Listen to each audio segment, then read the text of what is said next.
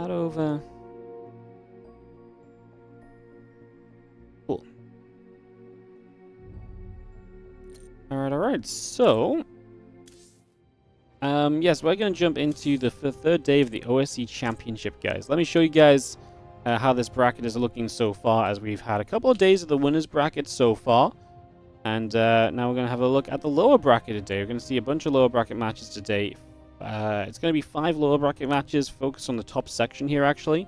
So I believe we're going to start off with Solar versus Lemon, and then go into... Ooh, I'm not sure what the order is, but we're also going to have Mana versus Lunacy, Winner versus Mindel VK, Night Phoenix versus DNS, a Winner versus Honmono. So a bunch of PvPs mixed in here, but we're going to be starting with the PvZ. The order is actually here, so we're going to go... like this. So Solar vs. Lemon, Mana, Lunacy, Night Phoenix, DNS, Mindel VK, and then Honmono's game. So we're going to go run through those 5 best of 5. So that's where we're going to be at. Like I say, just switching tournaments a little bit. One series early, basically. If you want to find out more about OSC, you can already do so. I'll put the link in the chat. And you guys can check out their Indiegogo page and find their support for and find a way to support this championship season, their 12th year of producing StarCraft 2 content.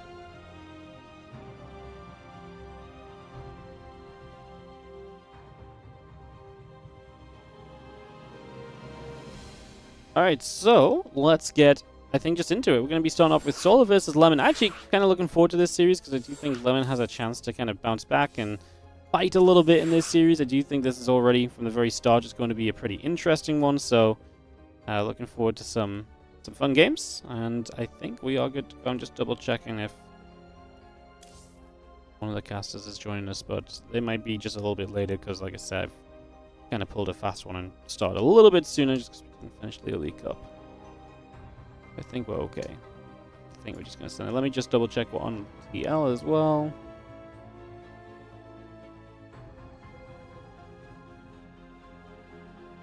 I'll just edit the timing of that a little bit. Is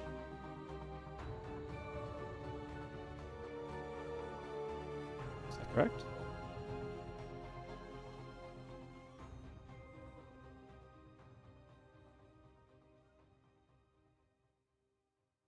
Nope, I've put it back a day. There we go. Nice. Alrighty, guys. Let's go and cast some games. Going to start with Solar vs. Lemon here in the OSC Championship. First match of 5 best of 5s coming up.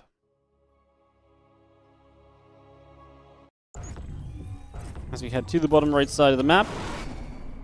And we will start with our red circ player from Falcons. This is Solar, starting in this lower bracket, as he was not having enough OSC points to start in the upper bracket, so he did play through one of the challenger brackets to make it here.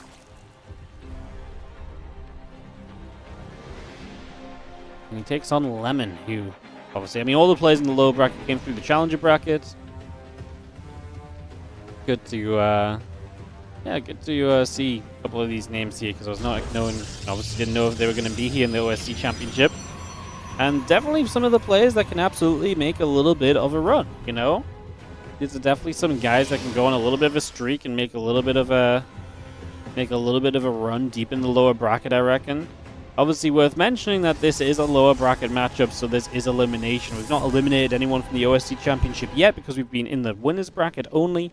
Now we're in that elimination section of the bracket. As players lose out here, that is it. Their tournament is done. So it's going to be seeing the Overlord coming across over to the left-hand side.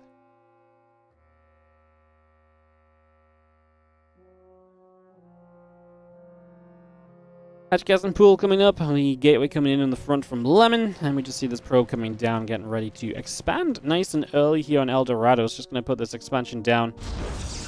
Nexus gets put into position. Again, Hatchgas and Pool all coming up, a couple of drones on the way through as we get settled in for a few moments.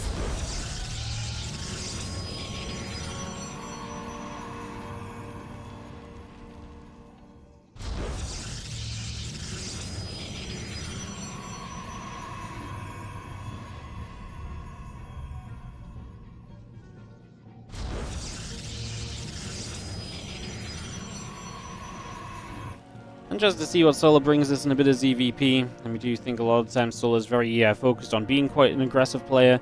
Queen walks, dropper lords. He's going to start moving to the bottom side of the map here initially for this third base location. So he's going to start out right there.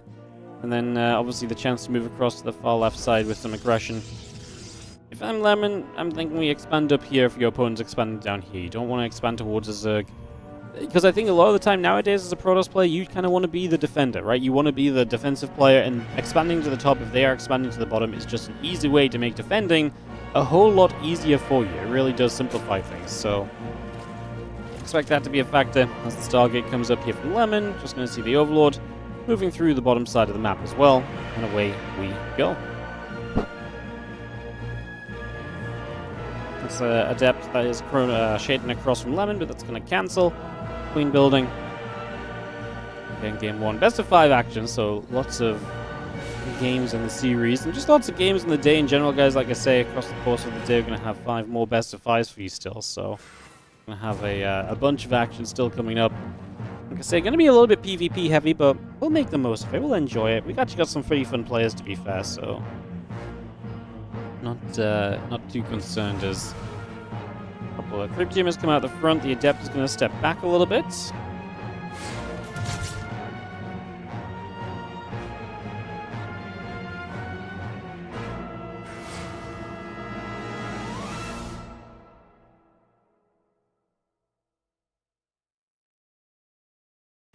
Adept is just going to pull away. Lemon's opened with the Oracle. It's nothing really too crazy about his starting setup. Everything is actually very much so kind of as expected there in the first few moments. We're just going to be seeing the Oracle moving about. The interesting part was maybe going to be it was just one Oracle, but he actually started a second, so never mind. It's not going to be a factor. As we have the Stargate still chrono boosting away on that Oracle. So Oracle getting chrono boosted. Can pop a Revelation down. A couple of Crypt Teamers getting picked away at. Twilight Council and Forge coming through. The Gateway building up. Nexus on the way. Again, a couple more probes in the Oracle coming through as well. The drones, the Overlord, Queens, all still building, and the Zerglings of Solar will begin to head across over to the far left-hand side of the map. Oracle activating, Crypt Teamers going down. Again, we've got a couple of drones, the Spore Crawler, Lings and Overlords, all of that continuing through as the Zerglings make their way over to the left-hand side here. The +1 and the Blink both continuing out, the Gateways and the Probes in production. The Oracle gonna shuffle into those Lings a little bit. Again, just seeing the Oracles continuing to settle here for a moment as the Lings gather up. The Oracle comes back around over to the right. Roach Roaring Lair and Evolution Chamber will now begin to build. And we'll start to see where Solar begins to take this as the +1 and the Blink both coming through. Additional Gateways coming out. And our Queen's chilling on the bottom side of the map for a few moments as we just mine through some of these gold mineral lines. And Solar, are you thinking about taking this gold base as well? He's mining off the gold long distance. I mean, fairly long distance. I'm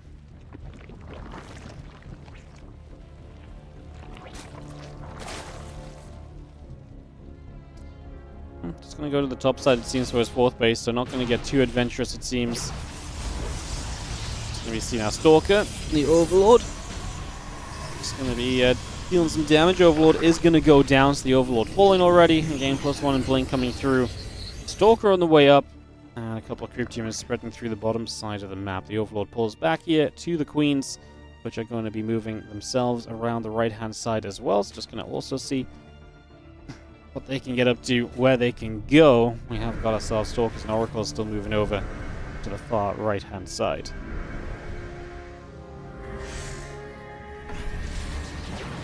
Gonna drop a Stasis Ward down to begin with.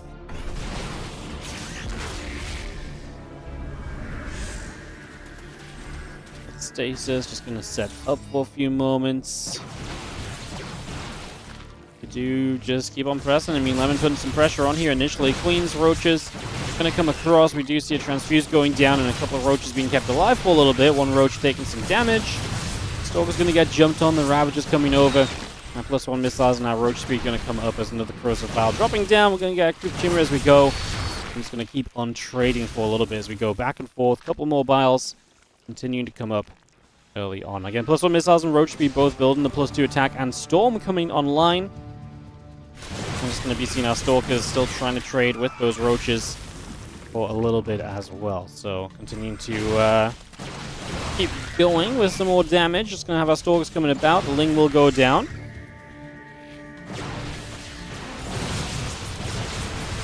But those Roaches already taking a few more shots. The Ling's taking damage. Stasis Ward popping. Stalkers do go, pulling back and staying a little bit clear of trouble here. As again, our +2 and Storm on the way from Lemon.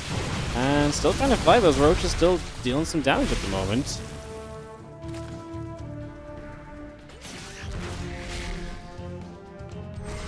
Oh, that's an interesting blink. Half the Stalkers blink to the bottom, the rest are still on the top. I think that was just a misblink. I think he wanted them all to move to the bottom.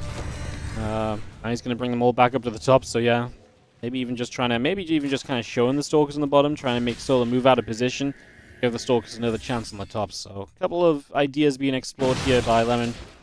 As the Ling Roach Ravager continues over, just going to be seeing the Stalkers pulling back. The Roaches are still trying to push through. Got a couple of additional gates coming online. The probes are coming up as well. Robot Facility going to be a part of this. We knocked down a Queen. Roach Ravager still stepping forward. Another Stalker going down. The Roach is getting caught in a stasis ward once again. I mean, that's nice. Usually stasis wards can do a lot for you. As these units gather together again, +2 attack and charge, both still coming up. Going to drop another stasis ward out in the center. The Roaches, Ravagers, and Hydras coming over. Stalkers again punched back. The Ling going down as well. +2 in charge. Continuing to build into play. 8 more Zalds coming up. Prism on the way. Fleet Beacon building. Just going to have ourselves the army still settling in the middle of the map here. A couple of Queens are going to step forwards. And there's a single Ling on the bottom side that gets picked off by a Stalker as well. So just going to be seeing that. Getting cleaned up for the moment. Continue to step through here as more Lurkers come online. And that Fleet Beacon coming up as well. Scanner Fleet Beacon, getting the Immortal. Again, Stalker, High Templar starting to step up. Stasis Ward's coming down. Lurker's going to make this a lot more difficult for Lemon. It's going to become a lot more of a challenge to really deal with these Stalkers. When Lurkers are in play, the Immortal coming through, the +3 attack coming online. This army of Lemon goes all the way over to the right-hand side.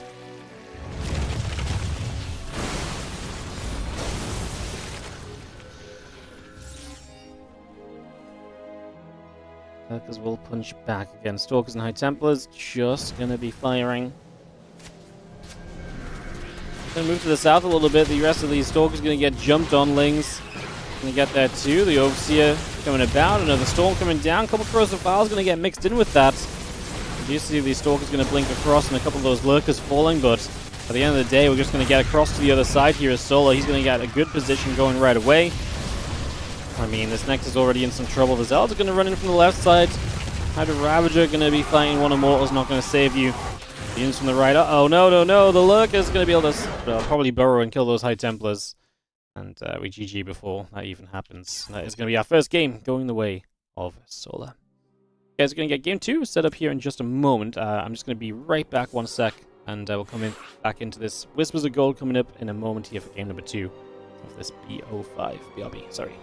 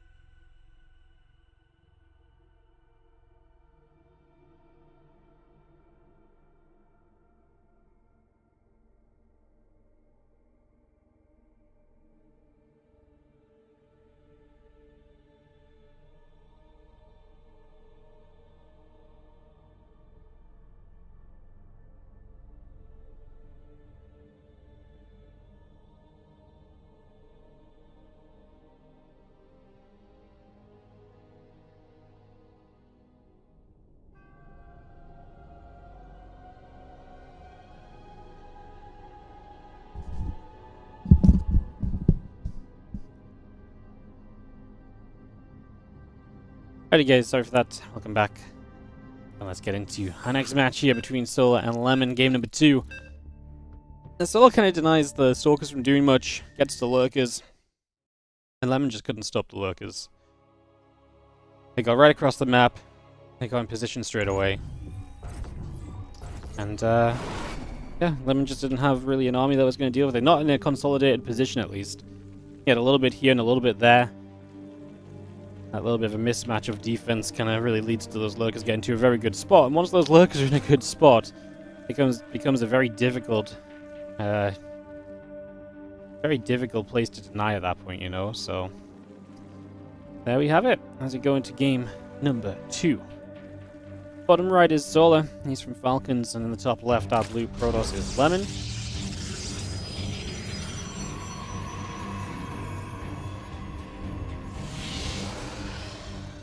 Game 2 of the series. Probe moving around, assimilator coming up. 2 drones on the way out as we take a couple of moments here. Hatchery drops onto the natural straight away, and the Overlord of Solar will just come across. Moving through the center of the map again. It's a hatchery, it's a gateway. Drones and probes all continue to come over for the moment.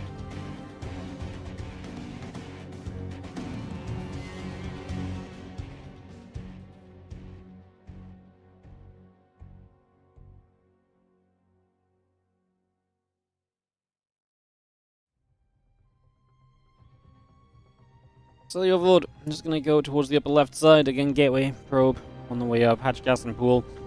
Christmas goal, a bit of a shorter map. I mentioned Solar might be the kind of guy to make some queen walks happen, so some dropper lords come across.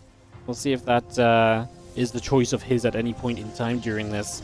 But like I say, Christmas goal is the kind of map where that may be more applicable or may be more possible.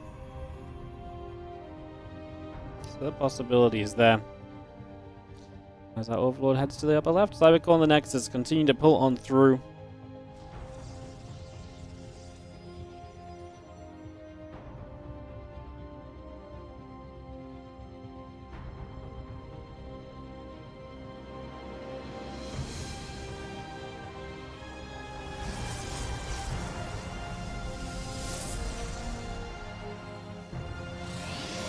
And we'll just have ourselves a Chrono Boost coming straight through onto the front gateway. Stargate on the way from Lemon is no surprise. Gonna put it right here, so really as close as possible towards his opponent's base while being in his own base.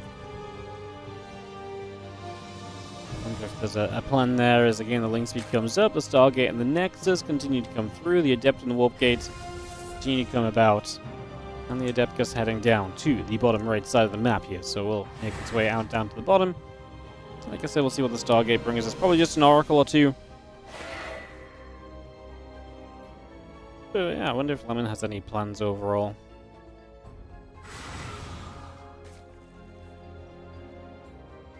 As again, the Adept just steps back away. Warpgate coming online, the Oracle coming through, the Adept and the Probes continue to build up.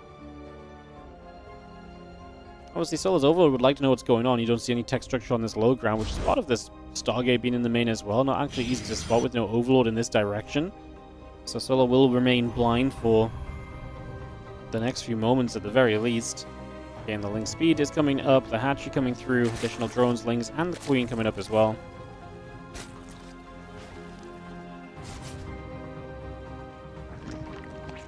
Again, a couple of quick units going on. Again, Oracle moving across, the Zerglings coming over to the top side of the map. Those couple of Adepts still nearby as well. There is the Oracle, just going to get shot down. Oh, disaster for Lemon. Gets a drone and loses his first Oracle of the game immediately. Now has to deal with Lings that are about to break through on the other side. No warp gate yet, so you can't warp into defense, and the Oracle will have to pull back and chase these Lings down. We're going to split one across. I mean, this is just a distraction. The Adepts come back home. The Oracle has to peel back home. You already lost your other Oracle on the map. The Oracle picks up an energy overcharge as it will activate to clean those 2 Zerglings out now before moving across the map again. Well, that counts on Forge Post still building. And I'm just going to try and take a 3rd base, but I do not love where this is starting off at all here for our Protoss player.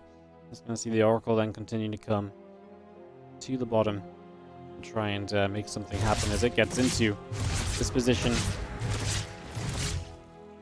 I mean, we are going to lose it to this other queen. Oh, no. 2 oracles down. Disaster for Lemon. Your entire early game tech investment's gone, and now you have so much less defense as well. I mean, you do not have a safe way to deal with what it could be a lot of lings that are currently on the way up right now.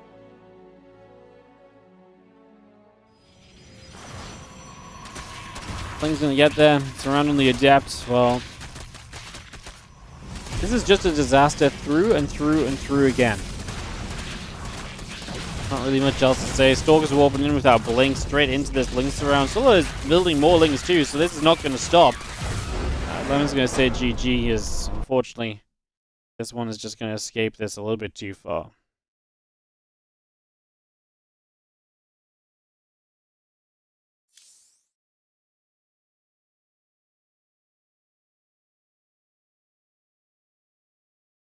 Alright, well, that's going to be 2-0 for Solar. So he gets off to a very good start here in nearly a few moments. So, good start for the moment.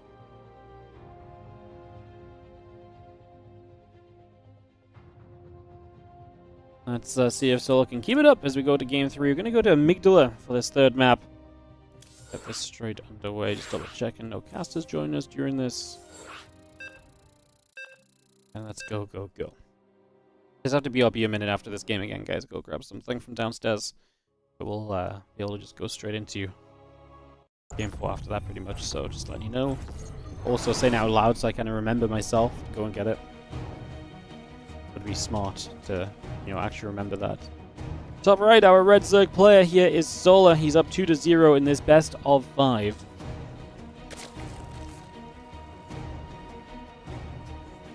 In the bottom left, our blue Protoss, it is Lemon.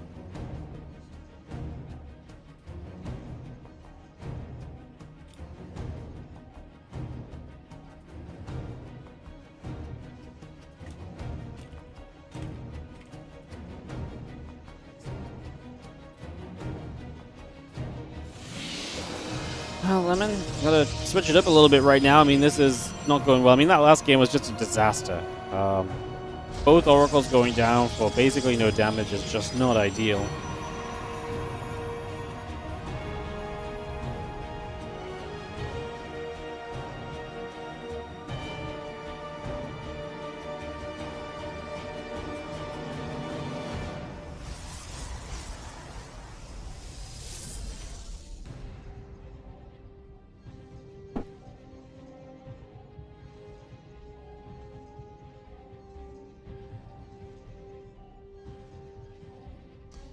We've seen our gateway coming about, Nexus coming through, Hatchcast and Pool will continue to come up.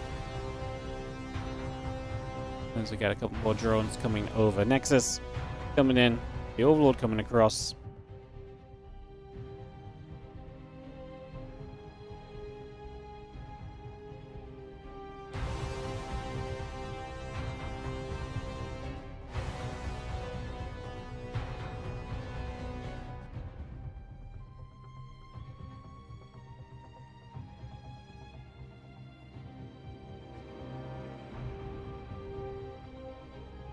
Overlord gonna arrive.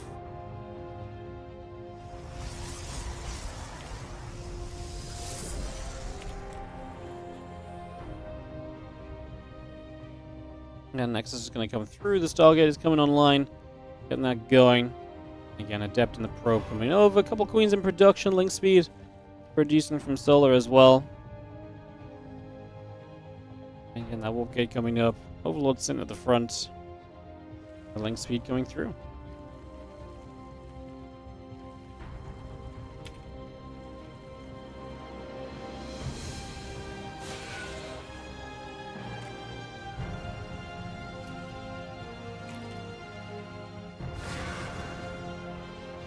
Link speed starts up, the Stargate building from Lemon. I mean, no surprises there. I mean, to be fair, nothing against the Stargate, just let's do it a bit better this time, right? Let's get this on track a little bit better than what we had before.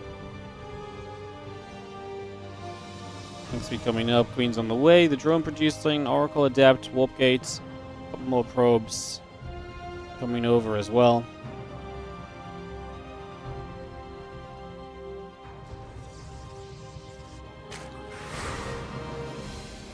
Gonna fire, just gonna be taking some shots, and we'll survive into the Evo chamber. As we have the Oracle coming through, again, this is rough because this is a lower bracket match. These guys start in the lower bracket because they do not have enough OSC points to start in the winner's bracket. They come through the challenger bracket, so it's really do or die on this run. Everyone gets paid for being here, but obviously the more rounds you win, the more you get paid. I mean, drawing solo in the first round for Lemon is pretty hecking tough. It's one of the tougher players in this first round of the lower bracket.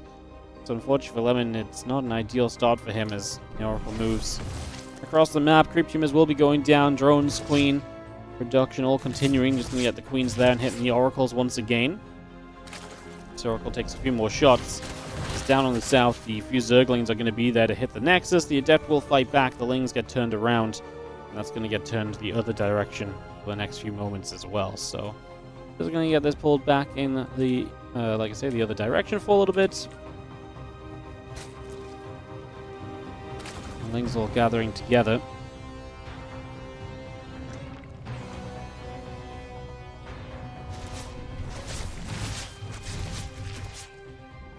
Queen's going to be there punching the Oracle away, man. Just do not lose the Oracle like we did last time. That would be a complete disaster. Definitely want to try and stay clear of that if we can.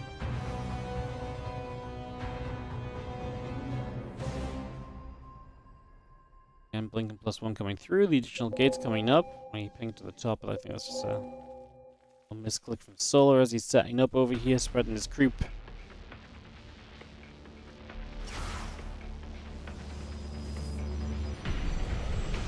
If a player from the lower bracket wins the whole event, they get a bonus.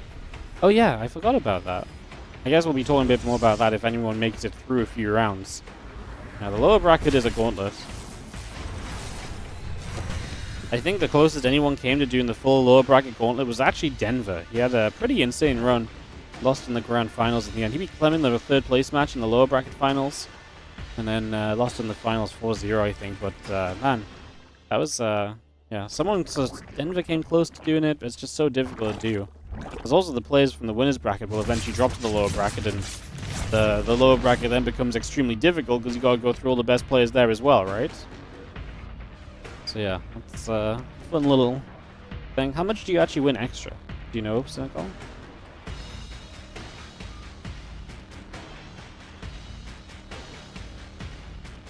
Do you have an infestation pick coming up? The roaches.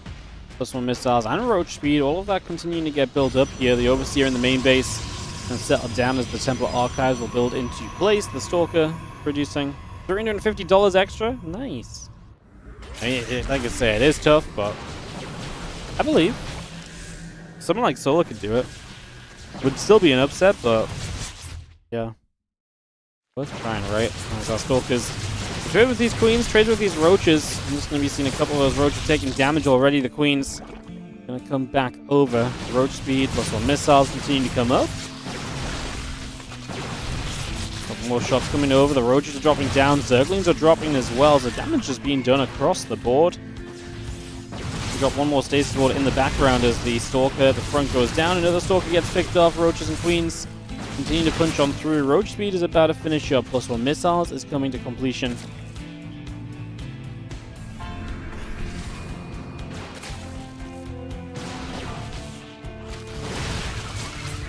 Get picked away at. The Roaches still going. Queens, Lings pressing straight on through. Those Lings go down immediately. A couple of Roaches get picked away at. We just have Link Micro continue from Lemon trying to trade as well. He's got another stasis here. So far, Solar's been good at popping those stasis wards, but all it takes is one really good stasis and it can swing a game a little bit. +2 attack, storm, and charge. All upgrades that are on the way currently as Stalkers once again whack through a couple more units as they pass by. Got rid of a Roach, gonna turn around into another. Stasis gets denied on the way up. Don't fall into a false sense of security, Solar. Don't forget there are still potentially stasis just because you killed that one. Like I say, walk into the wrong stasis ward here and you could be in a lot of trouble as our Queen or two get pushed back. The Roach is getting chased away. Drones will be going down. Hatchery taking damage as well. Queens and the Roach is going to come from that right-hand side. A couple Stalkers have to start blinking away here currently as the Hatchery will fall. The Link falls. Broodling's trying to play catch-up. The Roach and the Queen still getting there.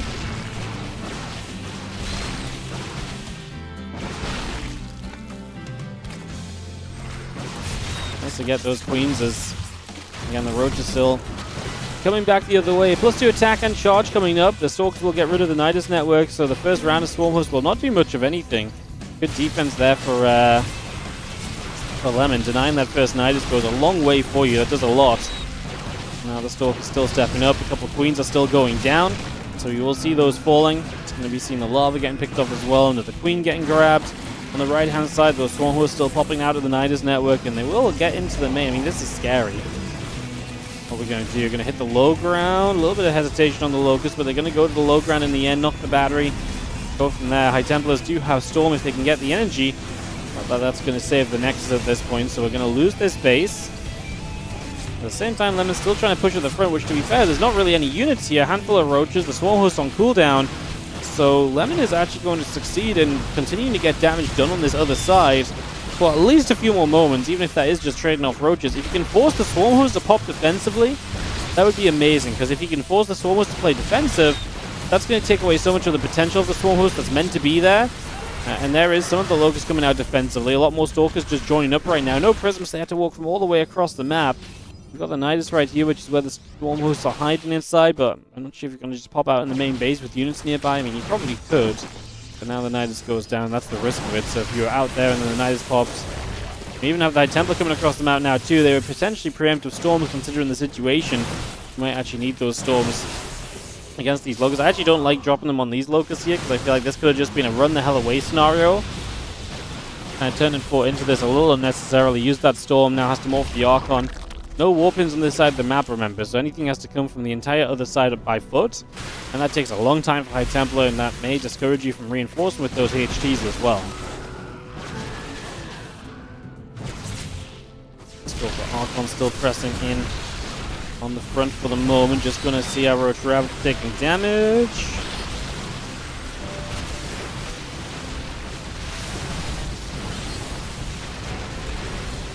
Gina blink through again. A couple of those drones going down. Roach Ravager falling as well.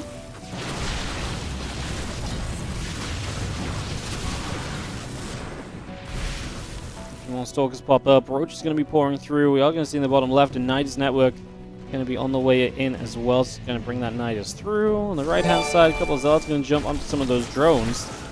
Drones also taking damage again. The Stalkers gathering up. Swarm Host going to be popping out. The Nidus going to unload Locust in the main base again. We've got so many units across the map here. Do we have enough warping in to defend this? Zealot's going to go after those Locusts. If nothing else, they might have bought enough time.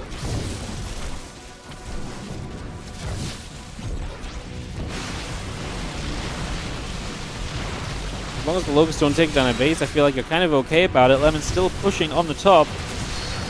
Roach and the Ravager still trying to press on forward. The Corrosive Bowels dropping through. Roach Ravager going to take a little bit more damage. A couple more Roaches will fall. Spore Crawler in some trouble as well. Some more Corrosive Bowels. We step back and forward. And there are the Stalkers and even a carry on the way from Lemon and a Mothership. I mean, he's making a lot of cool techs, which is going to be more of a struggle for Solar to deal with. And Solar is stuck on Roach Ravager Swarm Host. Like I say, he's not really cleaned out any bases recently, so I feel like Lemon's in a very good spot. I feel like Lemon is controlling Amygdala. And Roach on the right side going to get a pick off here as well. The Stalker's still stepping through. One Ravager goes down. Swarm Host pop out over here. This is the one thing Lemon's not doing well. He's letting a lot of these Nidus go up in plain sight. Like, he could have absolutely walked in Zealous to stop this Nidus from finishing up, but he didn't. That's the issue here at the moment, is another Corrosive Bile drops in. Now we're going to get ourselves a Ravager. Going to step up once more. A couple of Vials there, and a Stalker goes down.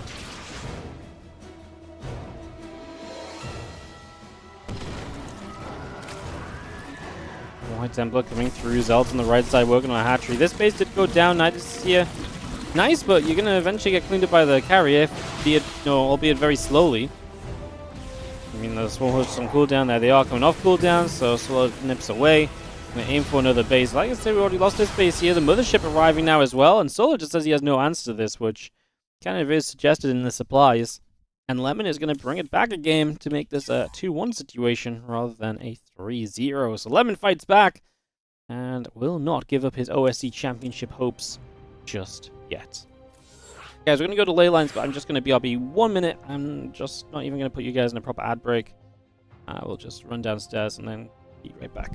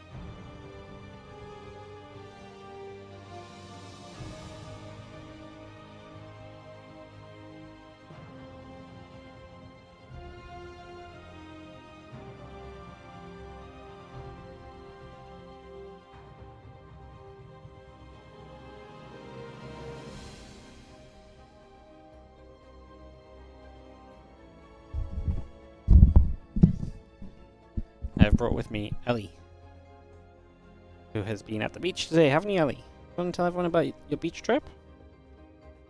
You want to tell everyone about your attitude on the beach? Because you threw a little bit of a hissy fit, didn't you? You want to tell everyone about that, or...? Eh... Not really. I see.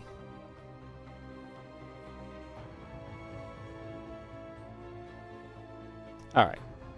Well, thank you for being here, Ellie, to stare at my food. While we get into ley lines for more StarCraft action.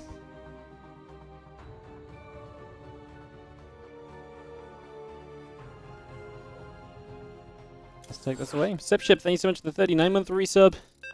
Dirty Dirty Bartons on the 18-month resub as well. Appreciate it, guys. As we head into Game 4. Lemon feels strong. Lemon's good. Obviously disastrous Game 2, but really fighting back in Game 3.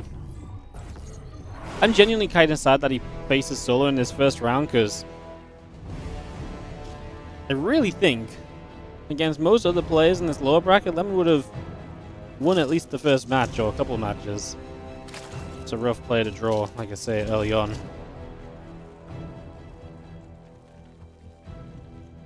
Such is the way of the world, though, sometimes, unfortunately. And solo is in the top right, and Lemon's in the bottom left as we get into Game 4 of this best of 5.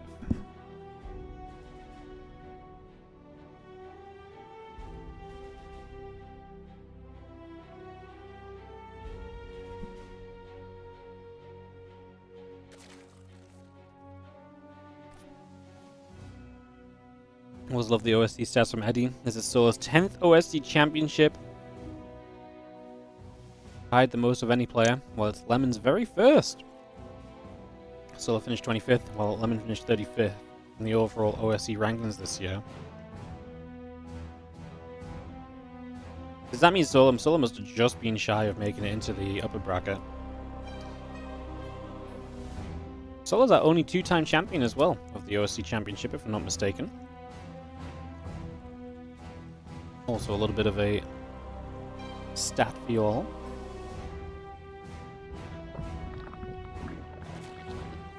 He won one of the very first ones. He won in 2015. He won again in 2018. 6 years later, looking to try and do it all again from the lower bracket this year. Dominator, thank you so much for the 47-month resub on the Prime. You do have a proxied hatchery coming up, sorry. I was getting distracted by chat and looking stuff up. So Solo going to try and throw things a little bit off schedule in terms of build orders right now. See how that works out.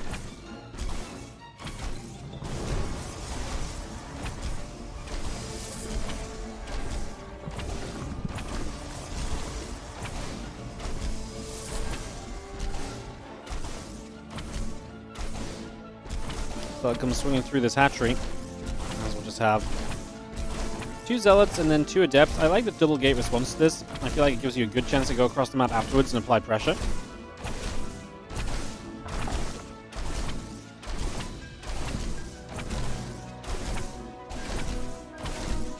That's the kind of pressure which I don't know if Solo can really get a lot up to deal with, you know. I'm going to build a couple Lings off this hatch, and that's very small because it's going to allow you to really delay the move across the map. You should, in theory, leave units here to defend against those Lings, right? Cancels them. Still buying time, though. As he deals with it now, and we can start to go across to the other side, and let's see what these Adepts and Zealots can get done.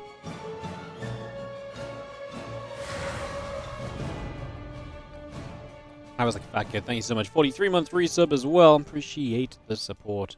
Thank you very much as our Adepts go across the map. Away we go.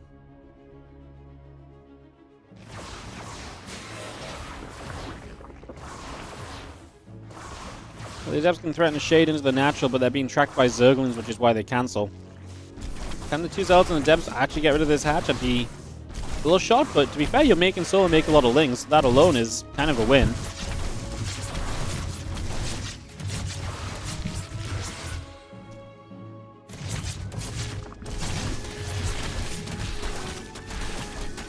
Zealots getting caught. And the Adepts do get behind the mineral line. They get a drone, they get a Ling or two. Gonna try for another drone. Good micro into the main base. Hey, we get another drone. 3 drones, 6 Lings, 2 Zealots and 2 Adepts. Obviously a hatchery killed across the map. That wasn't cancelled, so... You know, investments from Solar, but it has come to a price for Lemon as well, who is on the much later Nexus, as we've mentioned. So there's definitely kind of ups and downs in this game. Oh, an easy one to track. Definitely one that's a little bit all over the shop right now.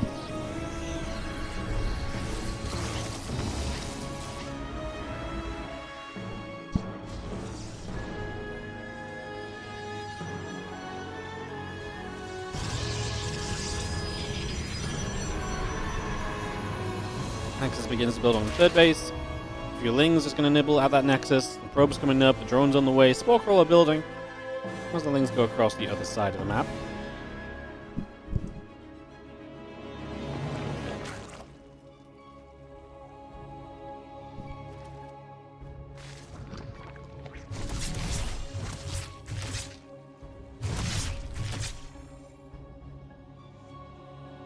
Oracle looking to activate there, trying to do a little bit of something. The Lings continue to maneuver around as they come back through the middle again. Forge and the Twilight Council on the way up still. It's just bringing those tech structures online, getting that underway here for the moment. Again, +1 attack going through, the probes in production, Twilight Council and Forge both starting the +1 in the blink. There's Oracle still just scrolling about for now.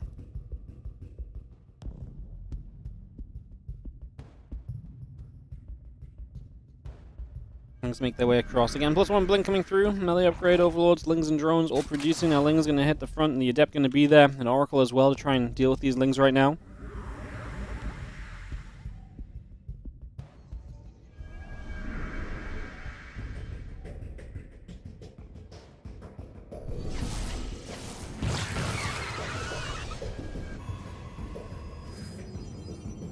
Oracle's activating as +1 blink come through. The Stalker and the Gateway is coming online. And that Bane Nest about halfway done currently.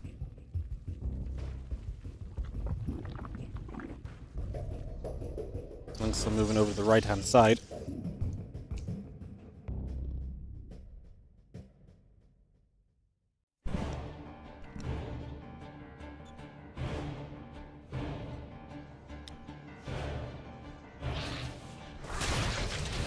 Let's get in, a couple probes, take some shots, gates on the way through.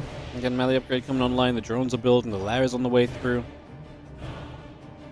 Sling's just going to gather on the bottom.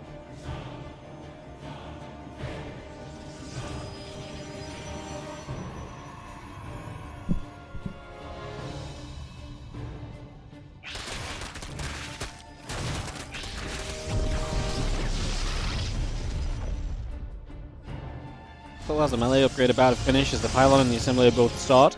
Zerglings now from Solar going to come right down to the bottom left side. It's going to come swinging across here. And with those Banes morphing in, looking to be obviously extremely aggressive in the near future. Banes Lings Hydrogen coming up. On the top side, the Stalkers are going to push through. A couple of State Swords coming down. Creep Tumors taking damage as well. As the Banes, they're going to crash forward. I mean, Honestly, we don't even do that much over here just yet. A couple more of the Banelings get knocked down, the Nexus falls. We do kill the base, but there was a lot of investment from Solar. Was that good enough? I'm honestly not convinced if that was good enough. That felt like I say, like a lot of investment to kill the Nexus. Don't get me wrong, killing the Nexus is good. I guess this base is only just on. We might even cancel this right now. In fact, I think we will. I guess the usual concern is like the counterattack, but the supply just isn't there for Lemon to counterattack, so maybe it really is just very well calculated from Solar that he was able to afford this. He's going to cancel this base too. The multi-prong left and right punches. And in this game, Lemon just can't seemingly keep up with Solar as well as he did in that game 3 where he really dictated the pacing. And Solar just really having those attacks timed out well, and like I say, Lemon struggling to wrestle free of those moments. Things move around the bottom. 14 Banes coming up. Hydra's on the way. Plus 2 melee, Baneling speed, and Hydra speed. Continuing in as our Lings are going to move their way to the bottom side. A few more Lings get shot at. The Templar will warp in. The Fleet Beacon coming online. The Nexus both coming up. Plus 2 in charge on the way as again Ling Bane Hydra wants to step through the center of the map here. Things will get caught in that stage. The Stalkers blink over. We still have the rest of these units. Ling Hydra Bane over on that left-hand side currently.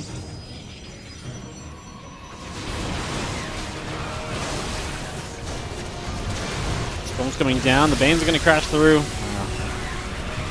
Well, even this part does not look very pretty at all for Lemon. GG's, and Solar takes it 3-1 over Lemon. Our first matchup of the day goes the way of the Zerg. Our 2-time OSC champion, looking to make a run to do it all again as he moves on to the second round of the lower bracket. He's got a very winnable section of the lower bracket for a while. I would say him versus Rebellion is pretty favored for him. He would play Nicoractor away in round 3. Rain could be dangerous. Round 4, he plays the loser of Shin Clem. That's when it gets very dangerous, and obviously at that point the bracket's obviously just going to get very tough anyways. But Solar again, business done on day number 1 without any issues. We're going to stay in round 1 of the lower bracket. Up next, guys, as Mana takes on Lunacy for some PvP action. So we're going to get Mana versus Lunacy coming up as our next series. We'll get that ready to go.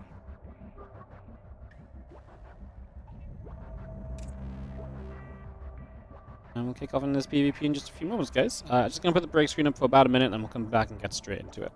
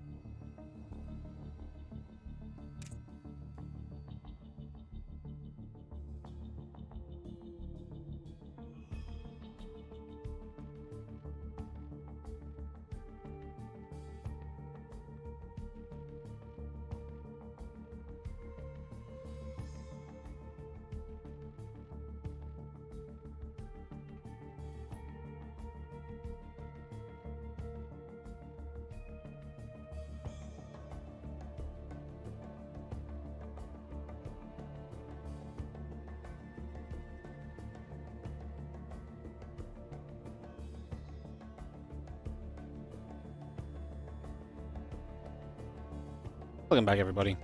Alright, we're going to go into Mana Lunacy map 1 here for this next series here in just a couple of moments. Kick this off and get underway.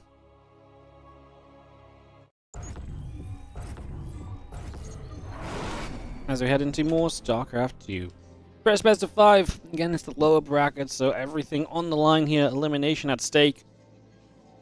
We do have in the top right corner, our red Protoss player is Mana.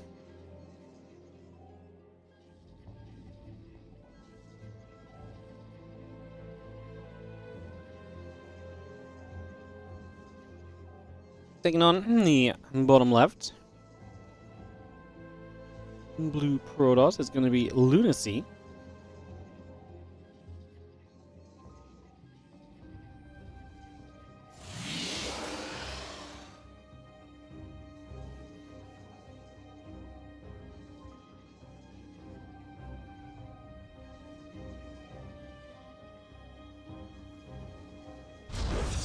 Have one of this best of 5. Alright, well, we do have ramp up onto the natural here on Ultra Love, so low ground gateways are not too shocking.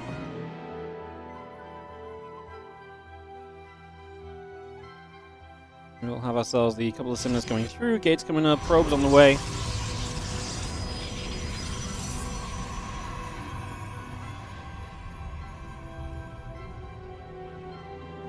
We have ourselves again, a couple of pylons coming through, the assimilators coming about.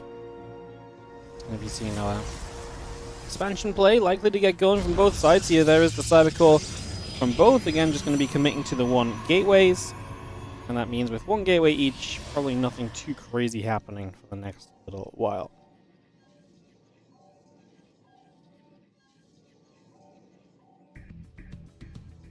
Probe chases the other probe. Pylon build on the top side against cyber cores coming through. Zealots are producing. Let's see the probe chasing that probe around. Obviously, there's the pylon up here from Lunacy. What are we proxying? I mean, maybe the plan is to make it look like you want to expand, but then you actually go and, fire up all the aggression. It's going to be a proxied robo, which absolutely suggests exactly that. So, Lunacy to actually bring the aggression forward. Mana will be playing with the Stargate that can be used to defend.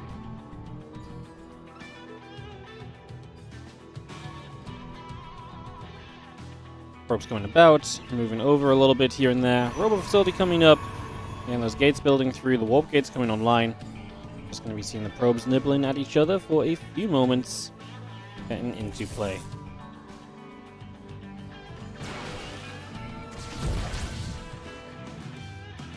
We got that probe already. Again, just have ourselves the Stargate about to finish. Mana's 6th OSC Championship played, and Lunacy's first. Another newcomer to the OSC Championship in Lunacy. That's so cool. So many new players, despite this being 12 years of the OSC Championship. I guess a lot of the new guys will be kind of in the lower bracket to start off with. A lot of the guys there in the winners bracket have been here before, we know that.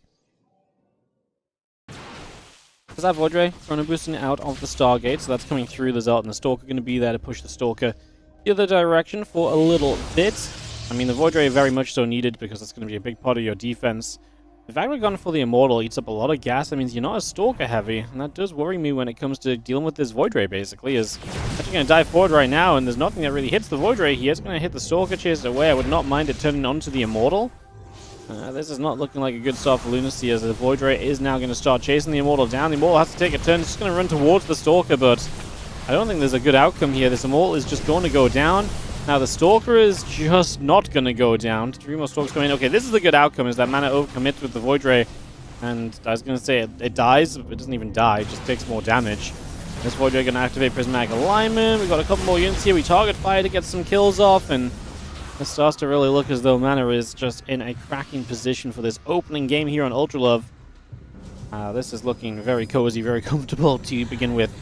Without much issue, right? I mean, this just looks defended. Concentrated Mana has the expansion. Lunacy must keep attacking. And continuing to attack into this position where Mana's already killed a bunch of units. I'm going to say that's probably going to be not a lot of fun. But we got to give it a go. Not really much more we can do at this point. But just send it. Doesn't goes around the right side.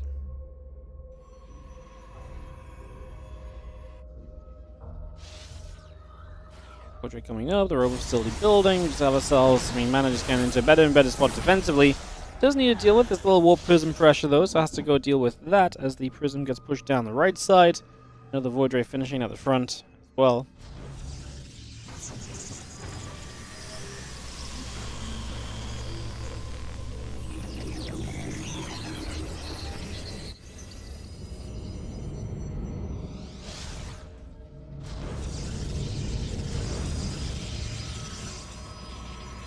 Robo facility still building up, so we get that Robo online. Mana really is, I mean, he comes across here, going to deny these structures. Even going to kill them off, so there's not really the chance of repowering them or anything. I mean, there never should have been. And his army is very powerful. Lunacy's just going to go back home, retreating into an expansion, but that expansion is so late.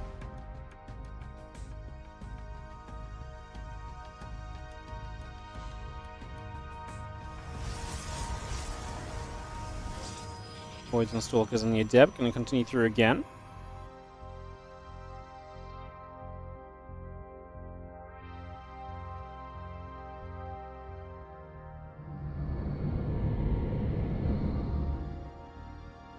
Come through the center of the map.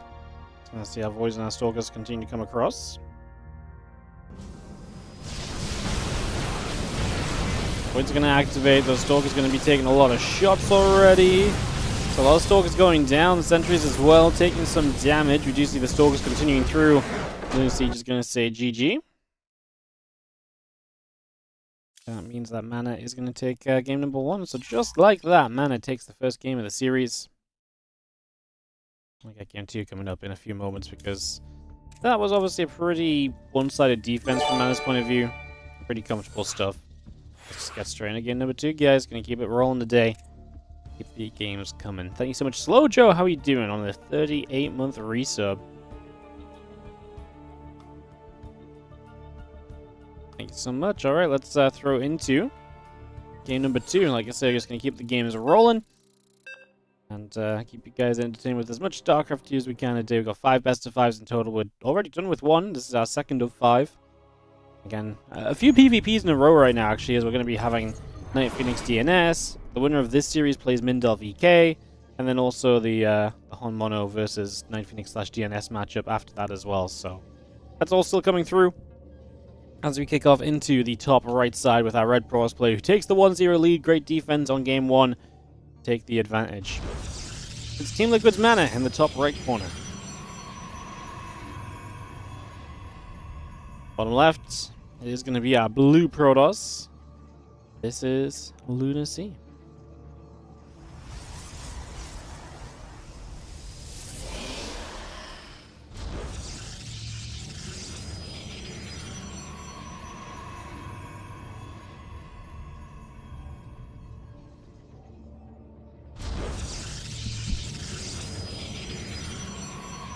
It's coming up, Similar's coming in. Just gonna see our probe coming across.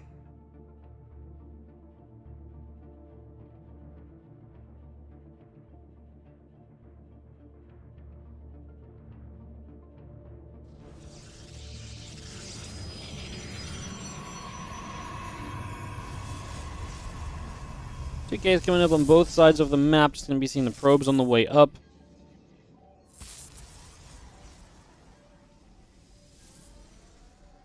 Gonna see a couple of nibbles. Gonna be taking some damage. We just have ourselves the gates coming through. And obviously, again, just early game PvP. Gonna take a moment or so to set up here for a few moments.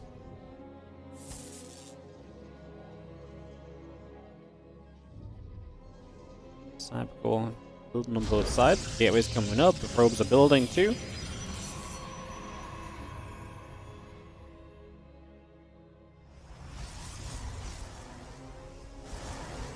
And we bring those pylons in. Just going to be seeing the probe is still escaping out through to the middle of the map right now.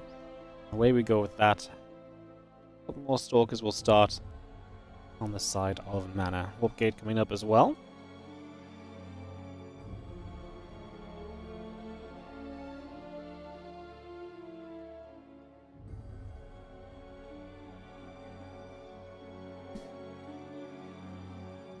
We're pulling across over the right-hand side a little bit.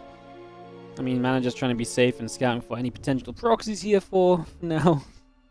Alright guys, at least trying to get me to play with her new blueberry toy. Yeah, alright, ready. Get ready, I'll throw it for you. Ready? Ready? 1, 2, go!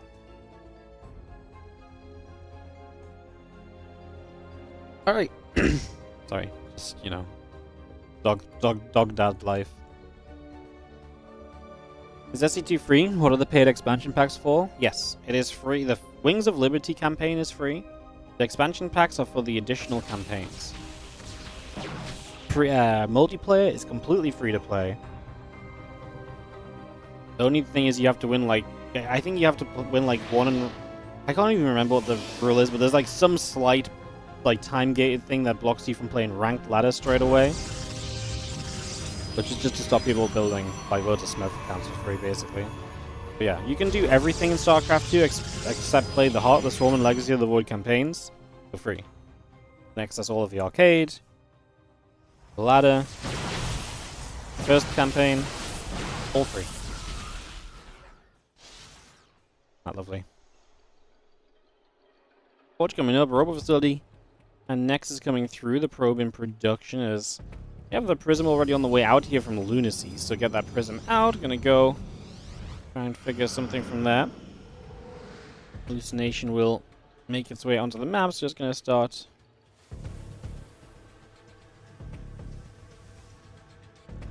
It's gonna begin to move over, and away we go.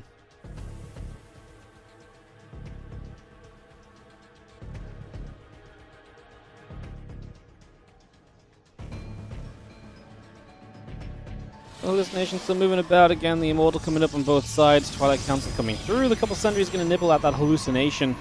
And again, a couple of Adepts will make their way online as well. The Immortal still coming over for the moment.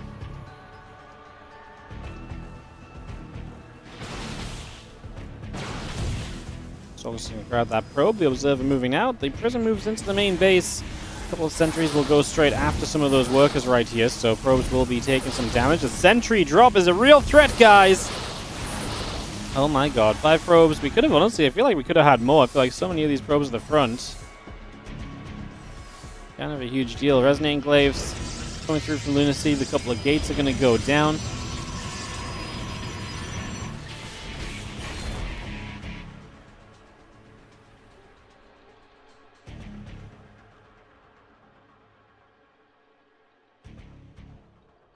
Resonating Glaives, the choice from Lunacy, so an aggressive follow-up most likely coming through in the very near future.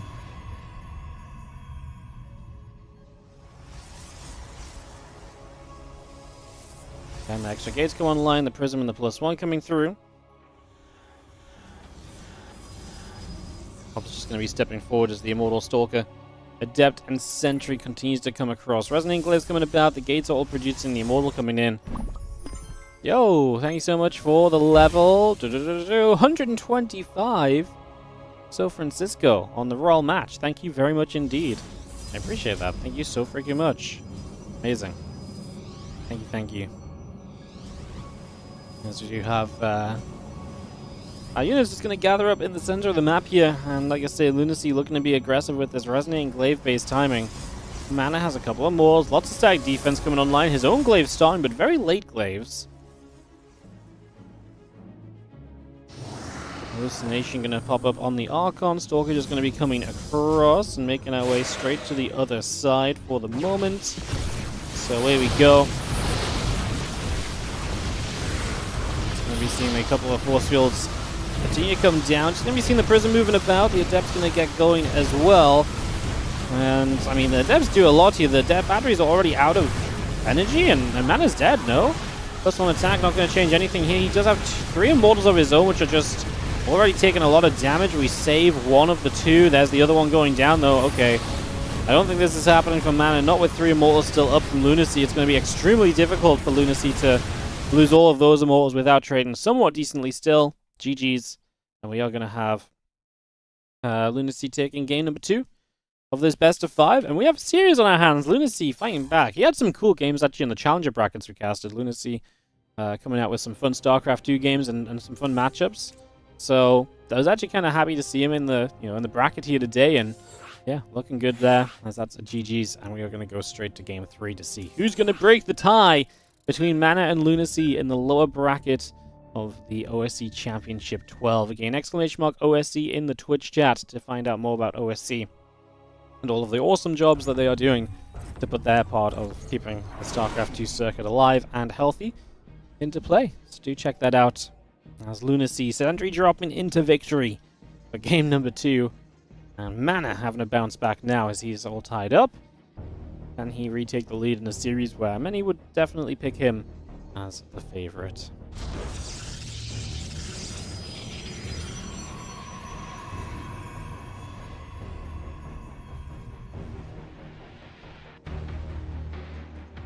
Top right. Our blue Protoss is Lunacy, of course, taking that game. Beautiful stuff. Just going to be seeing the gates coming through, the probes coming about.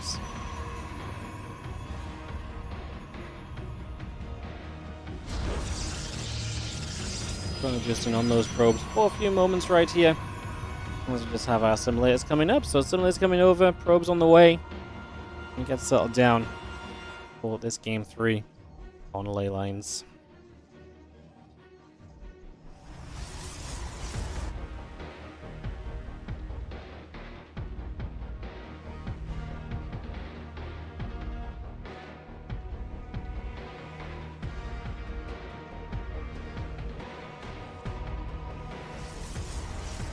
I'll just have our probe moving about a little bit further. Just going to see the Nexus coming through from Lunacy, Cybercore, and Gateway.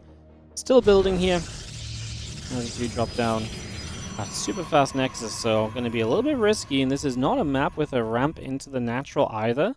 So you are potentially going to be under some pressure here very early on. That could be a factor. So we'll see if that comes to be a thing as this probe of Lunacy just scouts up into the main base.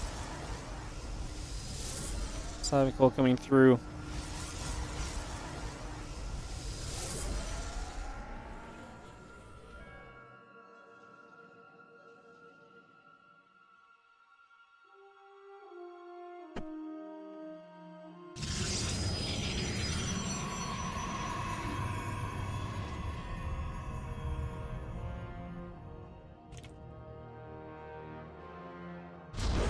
Yeah, manager's gonna say no nonsense. Robo Facility Gateway, he's gonna get aggressive immediately.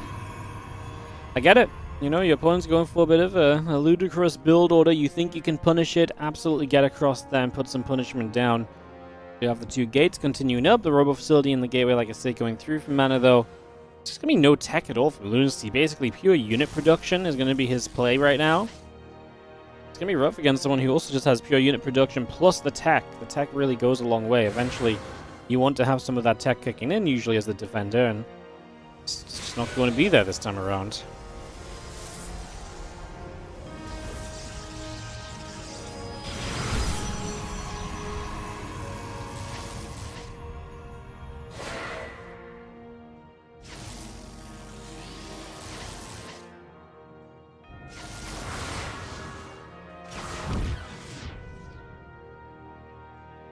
All probes go down already as we just have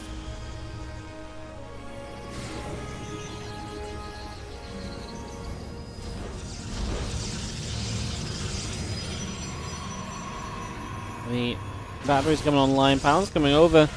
I mean, this is, already, like I say, Mana doing some damage. The Adepts are going to threaten again. That is going to be a position you can't break into, but as the Prism shows up, we're going to have the Immortal. Lots of Adepts to tank. Not many Stalkers here, actually, yet. Now starting to warp in the Sentries instead. Just going to start bringing those out to begin with. Heading towards the upper right-hand side as, again, the Adepts and Twilight Council coming through. Probes coming up as well. Again, the unit's going to get set to the front.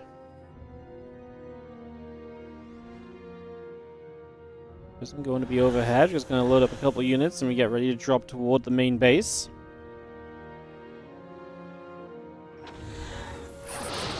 Force field on that ramp, and that's going to make this a little tricky, as now that single pylon is powering everything.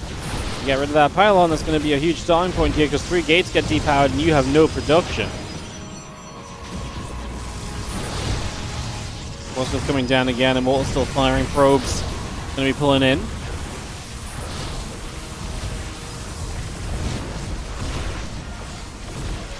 Workers going down. The pylon going to repower these gateways. The Stalker and Sentry still trying to come back over. I mean, already a lot of damage done, but Mana needs more because he needs to win this because he doesn't have an expansion of his own. Killing a bunch of workers so far has only evened up the worker counts. Thing is, his army is still looking very good here. Second Immortal about to show up as well, but he loses the first. Well, at least that's an instant reinforcement. Replacement for the one you lost. A few more probes going down. The Immortal jumps up and down again.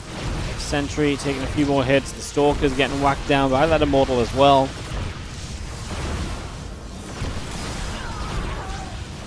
Still a tad bit extra micro at the end here, as this is going to be I think Mana just having a little bit too much. He's doubling the supply of his opponent, keeping that Immortal alive. Like I say, a pretty big deal as well. He has another Immortal about to show up. There's no way he can handle that right now, as Lunacy, and Lunacy agrees. There is no way he can handle that right now because, yeah, he sees that this has just gone a little bit too far into his opponent's favor. GG's. Alright guys, well, Mana Lunacy goes to game 4 with Mana back on track, back into the driver's seat here, and the chance to now close out the map win on map number 4. I believe it's Whispers of Gold. I just saw it and I didn't see it as Whispers of Gold. So Whispers of Gold for map number 4. Can Mana take it down, or will Lunacy fight back once more and tie us up again? I'd actually kind of love to see it. I really think it's possible, so sounds fun to me. Maybe we can get there. Be finding out soon.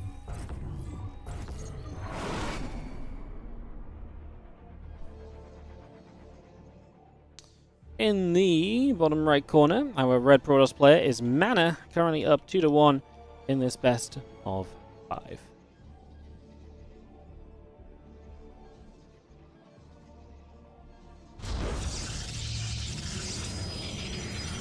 Top left-hand corner, our teal Protoss player is Lunacy.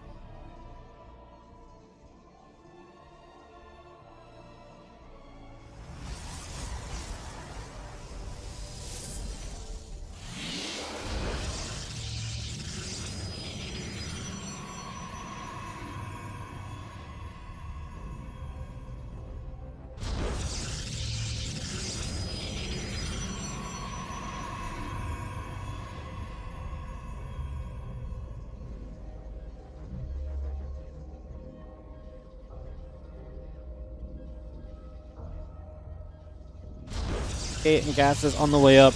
This game number 4 now. Mana with the probe across the map to head in toward the main base.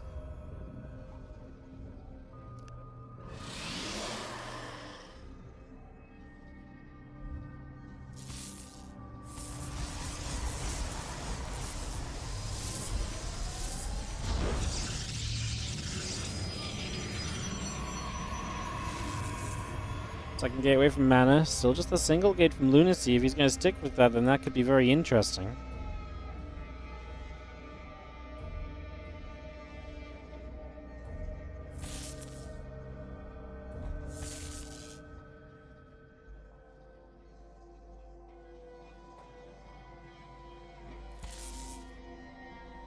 Probe is going to nibble. Probe getting chased away. Again, Cybercore coming through. Gets settled in right now.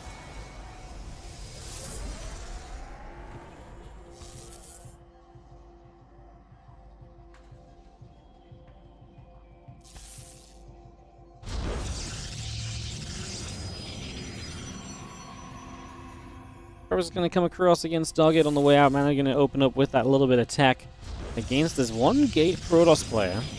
So there's Lunacy. Actually, he's got a second gate now. Okay, it's just a late second gate. Bit of a weird way of doing things, Lunacy. Not sure what the plan is.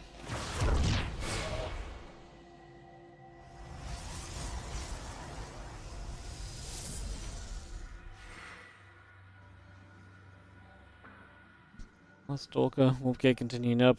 Have ourselves the Stargate about to finish from Mana in a few moments. As the Adept chases down to the bottom side of the map. Just going to be seeing that Adept coming over for a few moments. Just going to get across here.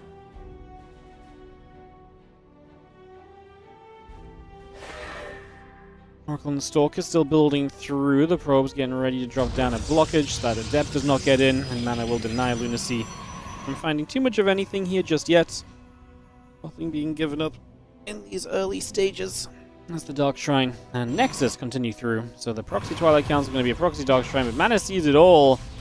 And Lunacy's plan going to start falling apart very rapidly here on Whispers of Gold. If this was his plan to have it all, like I say, it's falling apart right away now as the Stalker comes down this ramp and the Adept gets chased away.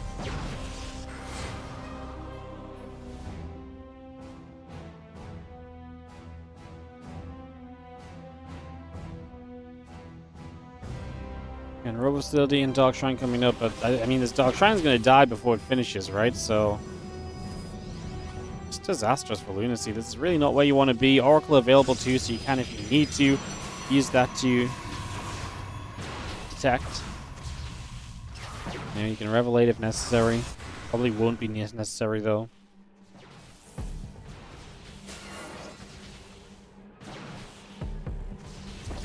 Stalker's gonna find the panel on the right side. The Twilight Council now under fire as well.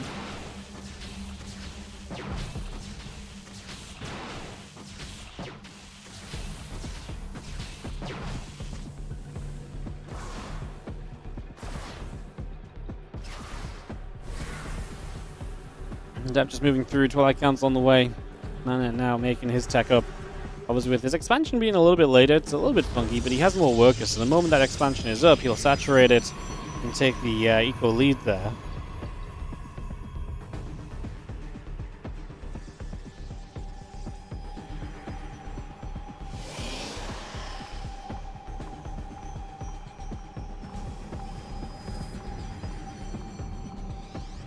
Sundry Stalkers gather together.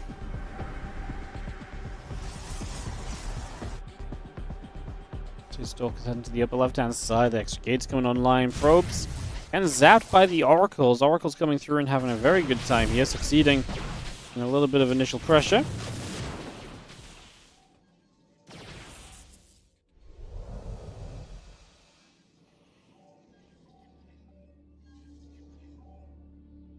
Four Probes going down. Stalker still sat at the front from Mana, controlling this for the moment.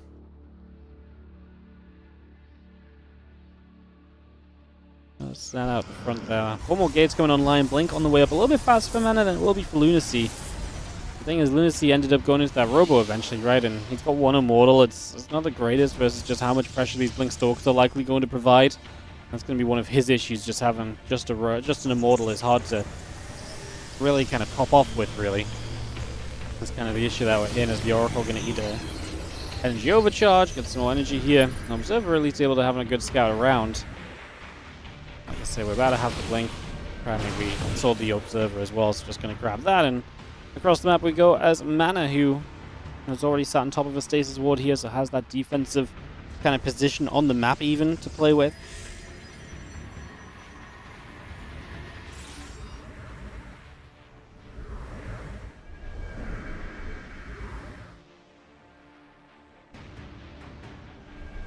Over to the left, a couple of Oracles going to be there. We blink into the main base. And come straight through that. Pylon going to go down immediately.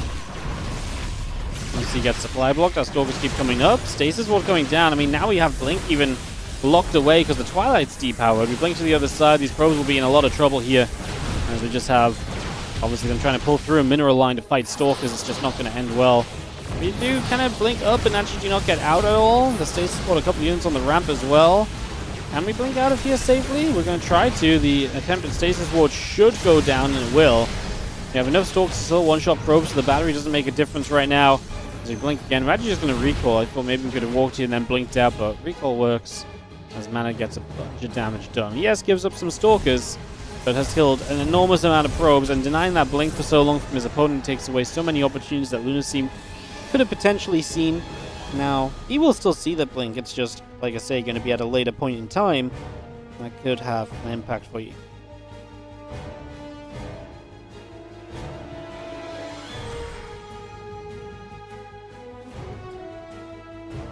Stalkers. Make their way across the map again as Mana repositions following his recall home.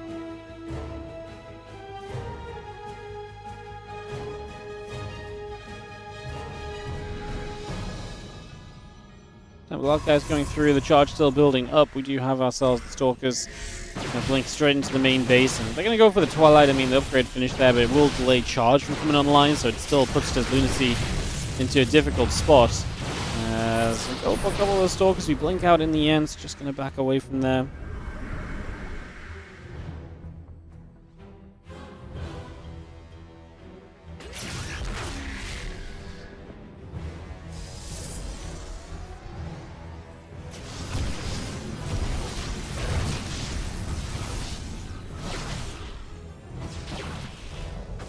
Uncle's just going to get after 6 probes. The rest of the Stalkers are on the right. I mean, even if you lose this group of units as Mana, I still think he's in a good spot. He's going to turn it into an Immortal kill.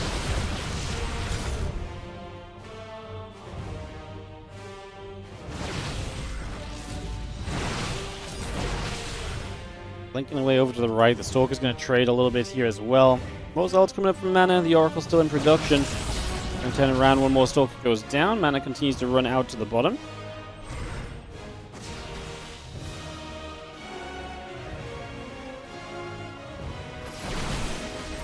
Just jumping through here. I mean, we're going to have the Zealots to support. They're going to charge through. The Immortal actually getting held on the high ground by a single Zealot. Convincing fight for Mana, who... Honestly, I mean, just, you know, spotting the proxy and denying the proxy in the way that he did is just extremely convincing, and he's going to put himself into very much so a winning position here. The Zealots are going to keep charging forward. Just going to be seeing those Stalkers still trying to kite on back and away, get out of there if possible. Yeah. Not really much else to say on this one. GG gets called. And Mana has himself a victory. Really just denying the Dark Shrine and the Twilight at first, and then doing very well when he had Blink and his opponent does not. He did a lot more damage there. A lot more workers going down, and unfortunately, Lunacy's first OSC championship will come to a rapid close. As, I mean, it's as brutal as that, right? There's lower bracket. You only get one shot. These are some great players. And they're experienced players as well. They've been here before. They know how to pick up wins, and that's exactly what they do. Alright then, guys, so we are going to have our next round of action being Night Phoenix versus DNS. We will see more of Mana today. Mana will play Mindel VK in round 2. Is that our 4th series or is that our 5th series? That's our 5th series, apparently, so we are going to go into that. So, first of all, we're going to go Night Phoenix versus DNS. Pick that off, and then go winner versus Mono. Perfect. So, Night Phoenix DNS up next. A little bit more PvP. I guess this actually splits up the PvPs a little bit. It's going to give us a PvP, then a PvT, and then another PvP. So I actually kind of like the direction of it. I like it. I'm a fan. Alright, alright. Let's go. Not delaying today, guys. Keeping the games rolling. If the games keep going at this rate, I'm probably not going to have to be going as speedily as I am game to game, but, you know, there's always the chance that he gets some long games. I mean, freaking Clem and Shameless had a 30-minute game yesterday. Wouldn't have expected that. Hey, all you need is some of these series to start going back and forth a little bit more as well. As we get into this fresh best of 5, in the bottom left-hand corner, our red Protoss player is DNS.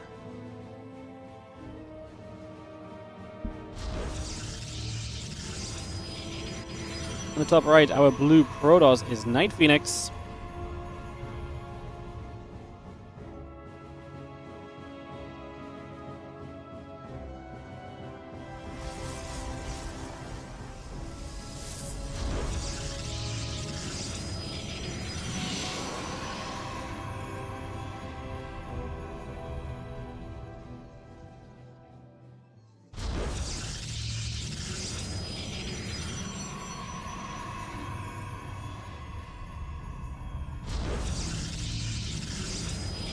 Well, more PvP. Night Phoenix and DNS is a great matchup. I feel like these two typically very evenly matched, two players who I could really imagine having a lot of similar results. I feel like DNS has been a little bit more well-rounded recently.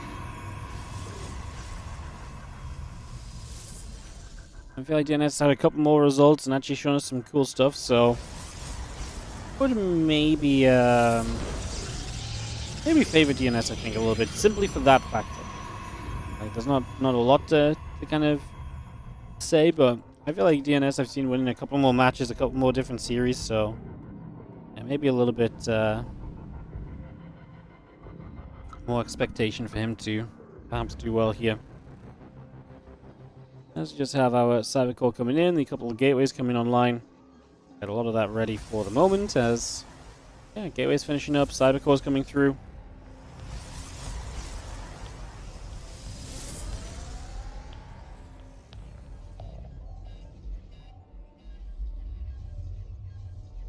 Our facility is building from Night Phoenix, so he's already going to start proxying for this series. So first proxy the match coming online right now. We have a couple of Stalkers coming through the robot facility building, like I say. What is DNS actually going to do build order wise? I mean, he's not showing his hand just yet. That is, Stargate comes down, so Stargate defensively could absolutely help him to deal with the Robo. We've seen it in the previous games today already as well. I think Night Phoenix might have more impressive recent results. Really? I've maybe just not caught any Night Phoenix games lately then. It's also very possible, to be fair. Yeah, Night Phoenix plays some stuff, but not a lot of stuff. So, yeah, I mean, DNS too kind of sometimes plays very on-off, I suppose. So, haven't seen these guys honestly too much lately. I guess it's maybe not a good. I'm probably not a good person to ask an opinion on when it comes to these guys playing.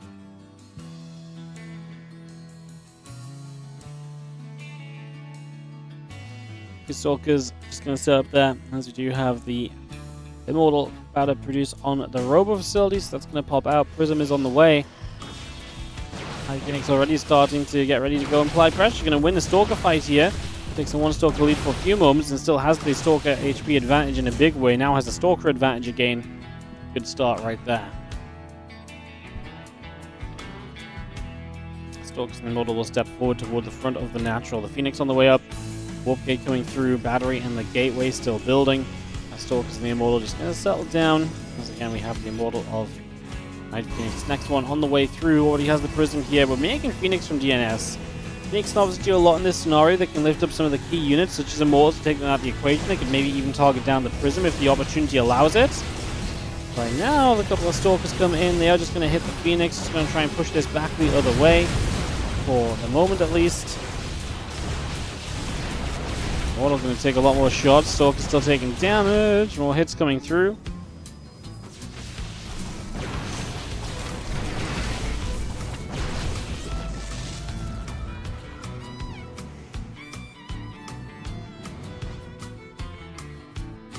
Prism on the way. Phoenix is going to Chrono Boost on the Stargate as the units continue to come across now. It's just going to go moving over.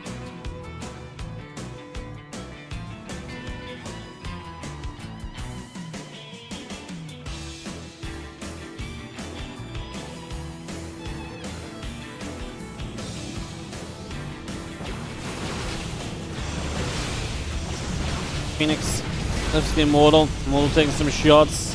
And you're seeing the Prism popping out as well. Phoenix going to try and hit the Prism back. The Prism continuing through. A couple Stalkers going down. The Zealots are coming across. Just going to be seeing the Prism is going to get shot down as the Zealots chase as well. I mean, getting rid of the Prism is a pretty big deal. It's definitely a good starting point. Phoenix continues to build up as the Stalkers and the Immortal get rid of the Zealot as well. And we have ourselves DNS 24 to 22 workers right now.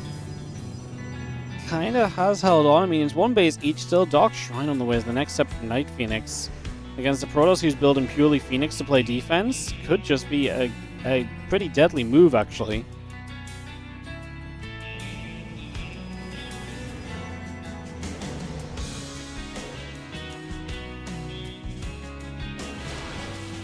Still shoot Phoenix taking damage.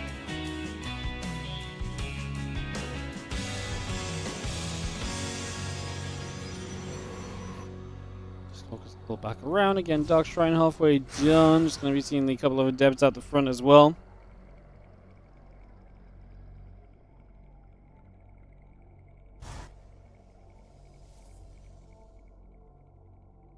Dark Shrine going to be done. Do we have any information? I mean, DNS right now, if the Adepts can't get in, it's going to actually kill the Stalker, but he can't get in. The Zealots will clean out the Adepts, so that's all of DNS's map control across the map. The Phoenix are coming, but I mean, there's a Prism here, so the Prism can just immediately warp into DT. The Robo is on its way.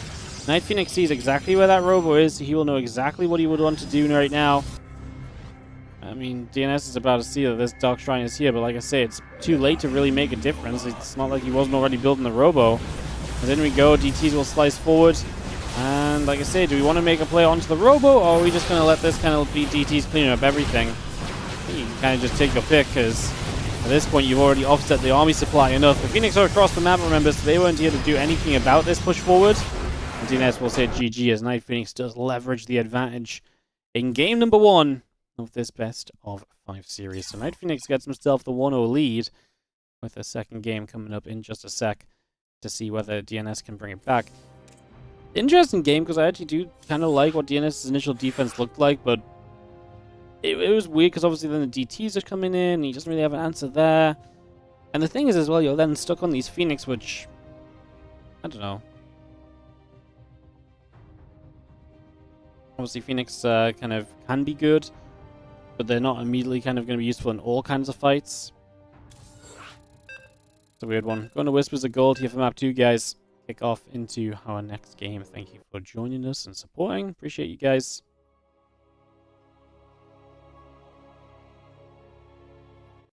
As we count on down into game number 2. In the bottom right, probably my pick as my favorite in this series. Now down a game, it is going to be DNS, and he will look to bring this back as he takes on the blue Protoss player in the top left corner, Night Phoenix.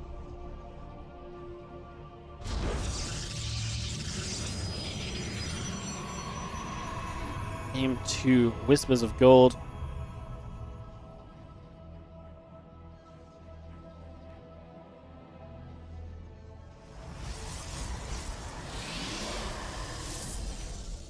Smaller map. See if any proxies come about.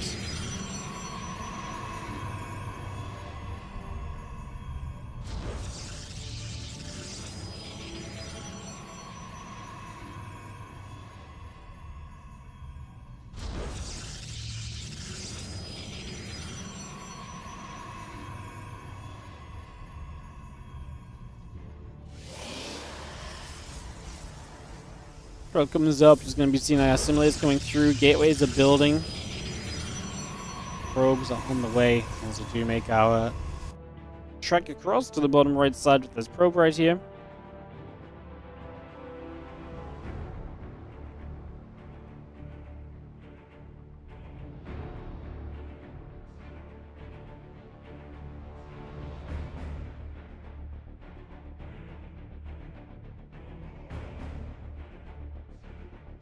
Probe going down.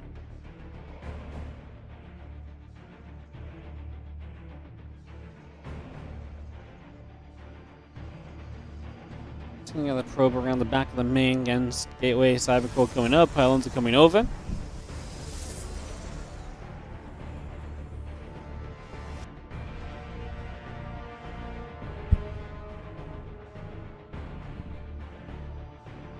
Stepping back through into the center. A couple of adepts coming up. Stalker Sentry on the way out.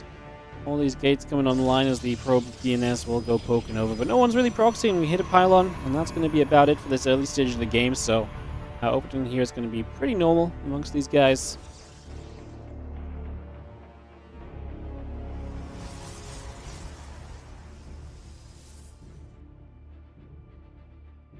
What's up? I'm in a tree. It's good to finally decide to watch live. Hell yeah. Welcome to the live stream. We're in the midst of some PvP.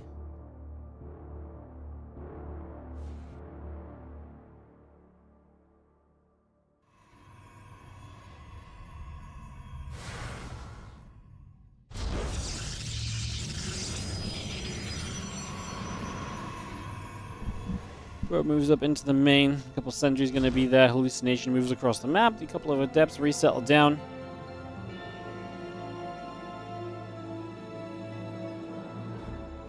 It's going to drop the Nexus down onto that third base. And again, the Oracle on the way up. So we actually have a blocked natural, and we take the forward base instead. It's interesting. Is that actually blocked? There's pylon blocked. I'm confused. Is this pylon blocked now? Was there something else there that I just missed? Nexus here? Actually, maybe that is just straight up blocked by his own pylon. Oof.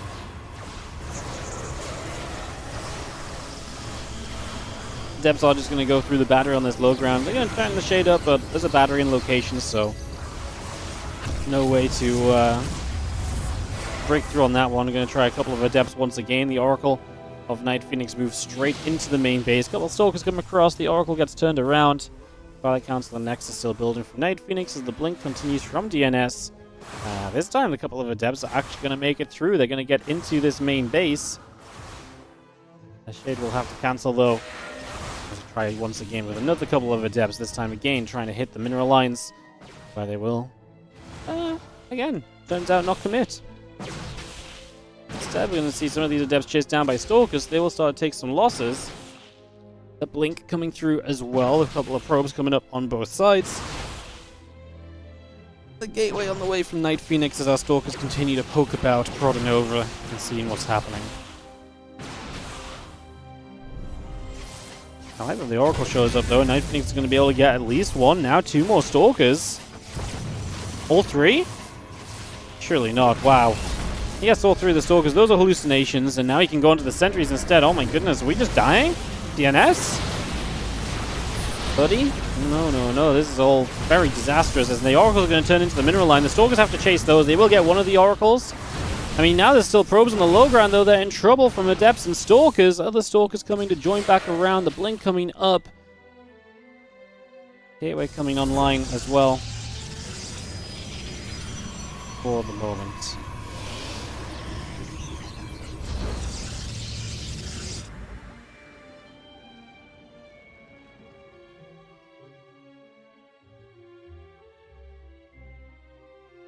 Blink's coming through, the Warp Gate's coming online.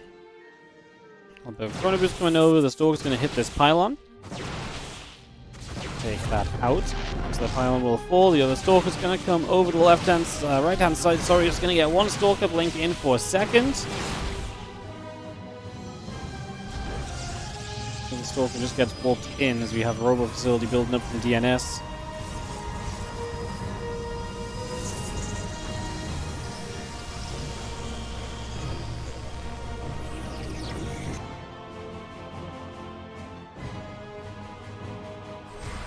Stalkers going straight through. We are going to see a couple of Adepts already going to begin to be knocked down. So there goes one, there goes two, here goes three.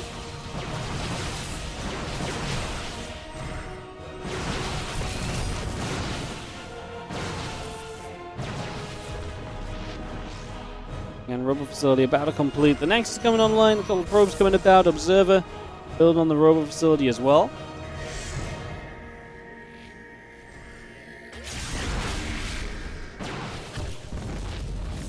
It's what is good for a couple of those probes. The Stalkers come back the other direction again.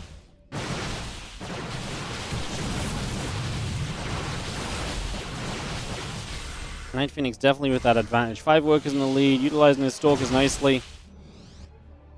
And come across and kill the third base of DNS. He hasn't started his own third yet, so it's one of the ways he's beginning to fall behind. But by killing off the third, he's going to reset that advantage of DNS down a little bit.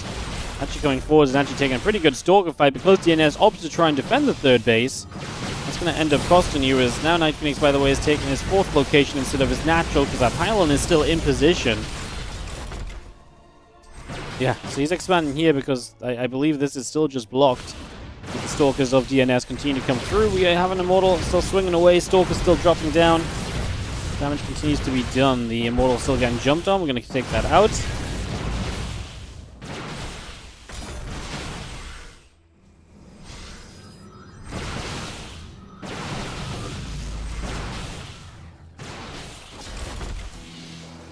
Blinking up, the other Stalker's getting turned away, +1 attack upgrade coming through as well.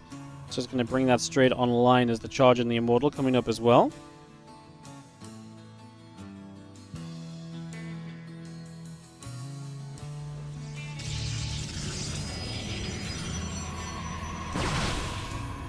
Blink down, Nexus gets picked off.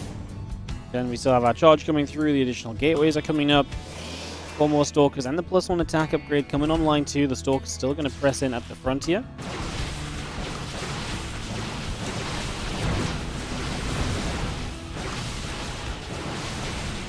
A couple of those Zars taking shots, and we are just going to be having those getting knocked down.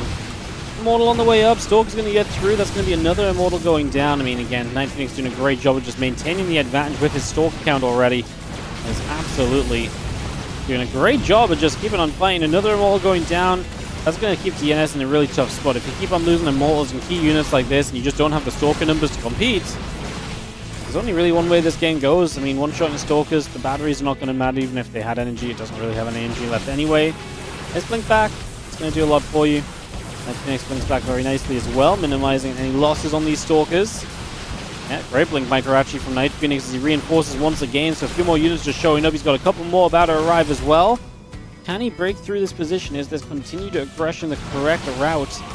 Or is he maybe going to regret kind of being as aggressive as he has been? I think it's hard to regret it when you're up so many workers, up a base. You're up an upgrade as well, so a lot of these fights do just end up fine for you. I think this is Night Phoenix looking very good for game 2. Man, Night Phoenix absolutely dominating so far. A couple of different openings and looking honestly just, like I say, really good across the board. GG says DNS. Night Phoenix takes the 2-0 lead in this best of 5.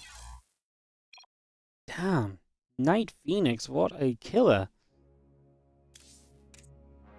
That's kind of nuts. Alright, DNS. Bring it back. Bring it back a map or so. As we go to Ultra Love for map number 3, can DNS bring it back? I mean, Night Phoenix is just playing well. Across the 2 games we've seen, DNS needs a bit of a reset in this series. Be surprised if this was 3-0. I would be surprised if this was a 3-0. Like, I really actually thought this was a great matchup in terms of how these two kind of, you know, match up against each other. I really thought it was going to be competitive. So far, it's not been. Maybe this is where it turns around, you know? 2-0 is not that different from a 1-1 that becomes a 2-1, you know? So, you know, in terms of overall kind of how we remember these games. So, you know, 2-0 is scary for DNS, but it's not over until you loses the game 3. Let's see if you can pull it back. The bottom left, Blue Portals players, Night Phoenix.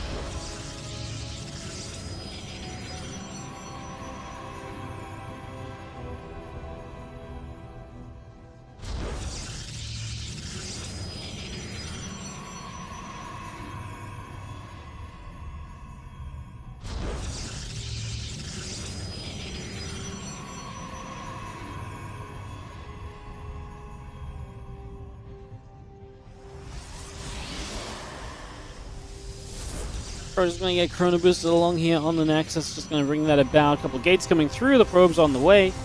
And we do have ourselves already one probe starting to move across to the upper side of the map here. So one probe going to make a bit of a journey to begin with. Get that started.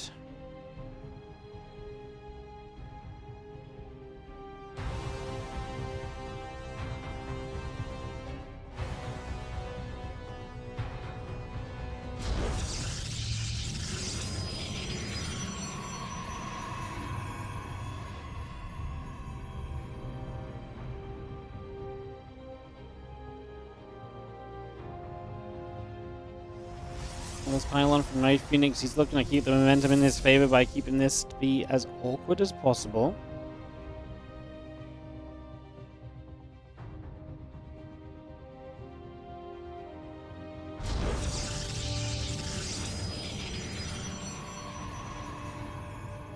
Up and down, just need to see a Stargate and a couple of Adepts continue to come about.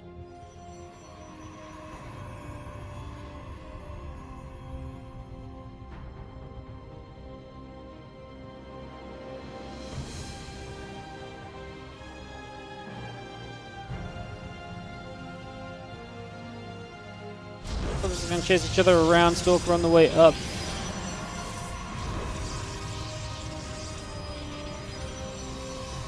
Probe going around. Going to be seeing our Stalker Chrono Boost along as well. There's going to be another pylon coming into place.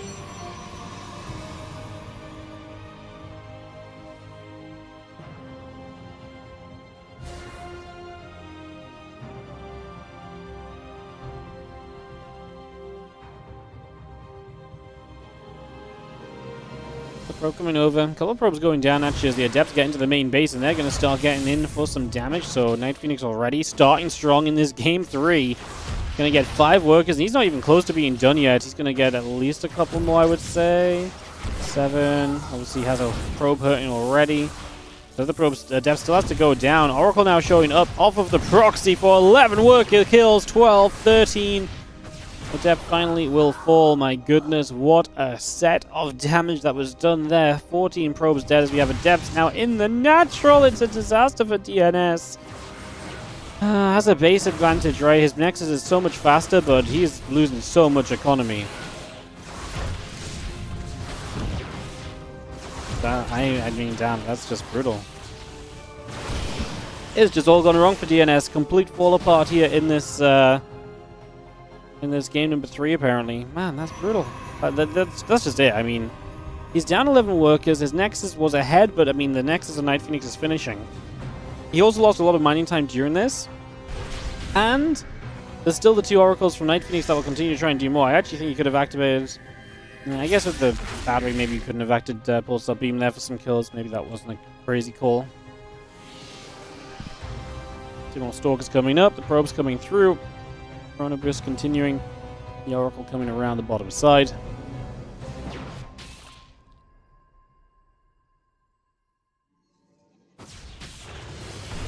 Stalker takes a shot at that Oracle, which pulls back. The Oracle coming back over. Twilight Council still coming in there. Stalkers are going to get there. The Oracle getting pushed back. A couple probes coming in across the board.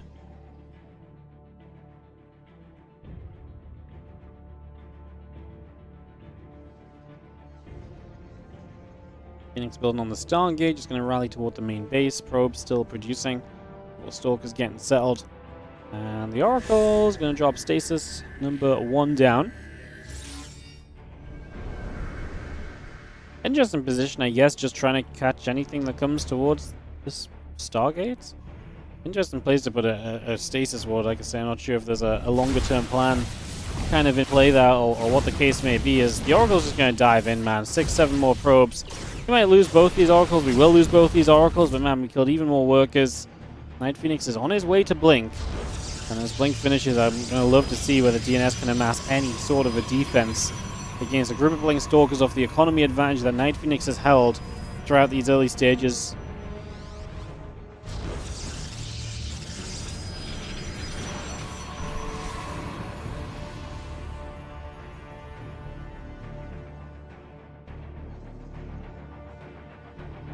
Just gonna see how Oracle's still moving about.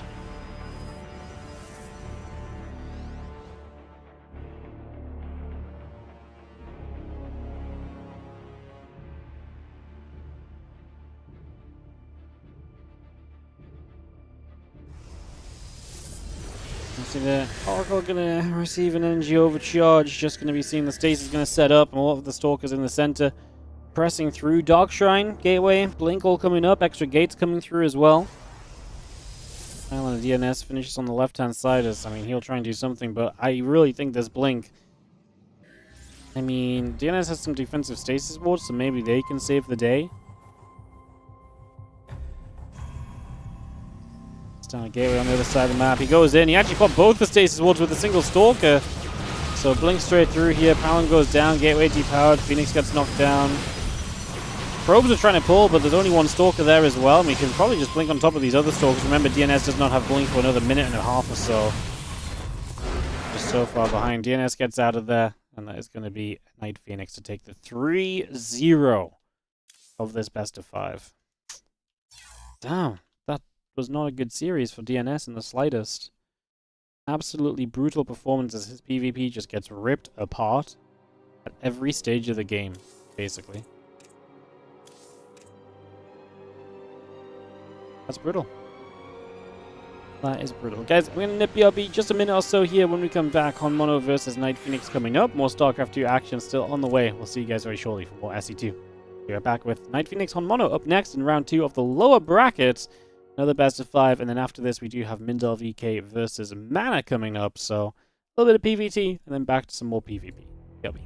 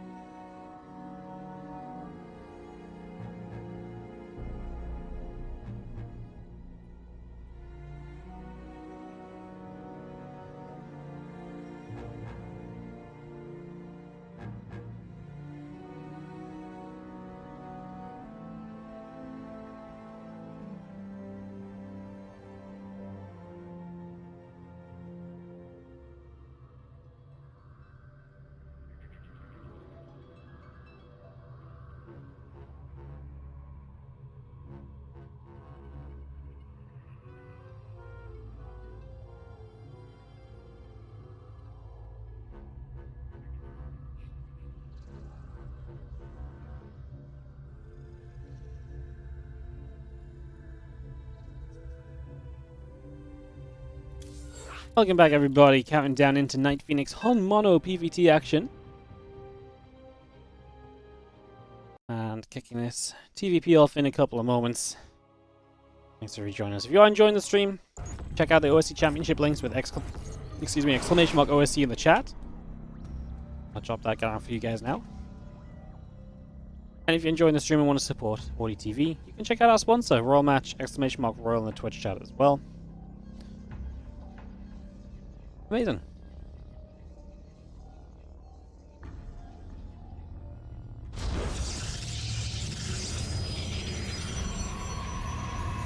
So, top left is Night Phoenix, and the bottom right is Hon Mono.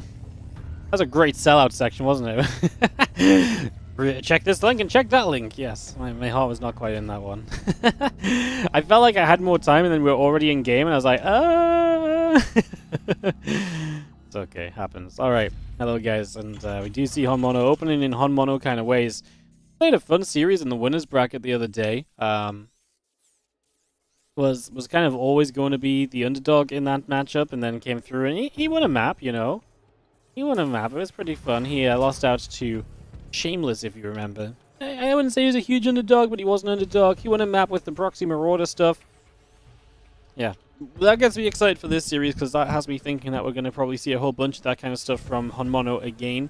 I mean, already here, this is exactly what he was doing to see a lot of success in that winners bracket, which is the Proxy 1 racks. You leave the other at home, and then you proxy the Marauders, and then you build just Marines off of this barracks, and then you rally across to try and deal a whole bunch of damage in the early stages. Hon Mono is a big fan of these kind of builds, and I mean, if he doesn't do this, he's going to be doing any kind of aggressive early game tank push as well. As the probe scouts around and tries to figure out what is up as the Marine starts to build. SCV here going to chase the probe, pretend that he really wants to make sure he can expand. Get out of my way, I need to put the expansion down. And the probe's like, go on then. Go on then. Well, the Marine gets there and the probe will die. So no further information. There's the Marauder across the map. Concussive shells will follow this when the mineral count is available. As we will get that concussive shell started. Again, Marine Marauder all coming through. Bringing that up. And away we go. And accessing the assimilated building online. Concussive shells coming through. Marauders in production for the moment. Again, the Stalker coming online here from Night Phoenix. So we get that going just for now. And the Stalker wanders down to the natural. Global facility coming up in the main base.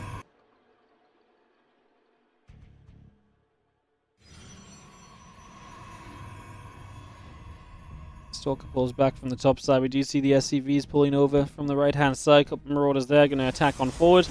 Pylon going to be taking some damage. Now the battery taking some damage as well. Stalker still shooting, and a bunker goes down. The Marauder very low already, but he is going to get one Stalker. Now the second Stalker in trouble, but maybe should have pulled that Marauder back. Could have kept it alive, just hitting the structures on the low ground. Did not need it to take that Stalker down, and losing it, like I say, is a little bit sad as the probes pull. Obviously, we do already have one battery here. Bunker's quite away from being done. This Stalker maybe wants to hang back a little bit. Next battery will go down before it finishes. That could be a cancel. Actually, it is going to finish, and it's actually going to get some healing off before we target it down, so effective. It's kind of awkward because if you click to target it down, the probes get surround on you, so it becomes, like I say, a little bit of an awkward one. As we cannot finish the bunker either, and I think Night Phoenix is getting a hold against this Hon Mono special here in game number 1. Pylon in some trouble still. The battery now taking some shots. And turn back around. Pylon will fall. A couple of units jump into that bunker. This battery still dropping. And I really do think that we're going to have ourselves... I mean, it's interesting because, I mean, the bunker comes up. We defended this for a while. Night Phoenix now on his way to an Immortal. That will help a lot against this. That will do a lot for you defensively. But does it do enough for you defensively? Great question. I don't know if it's enough, actually, as the barracks... This is going to slowly float over as well. There is the group of units going to step forward. The Stalkers get pushed away for just a little bit. Sentry popping. Pylons on the Wolf Gate coming through also. Only a couple of units there going to hit the barracks. That's taking some damage. Stalker Sentry working through it. And the army of Hon Mono decides to go back home. So not going to let his army get cleaned up. He's going to go home, go towards this barracks he's got at home, and the factory that he's built up, and just start to produce for the next stage of this game. He's one base versus one base. He will not expand, by the way. He's going to drop a starport down now as well. So we're going to stay one base each here on Whispers of Gold. That's definitely one way to start this off. Fire pulls back. The SCV's gathering there. Immortal, Sentry, Stalkers gathering as well. Guardian Shield going to try and pop up. There's a force field coming down. I really thought these units were just going to go all the way home, but they're going to stay here to try and pressure a bit more. And so far, it's working out for them. Getting a little bit more value thus far.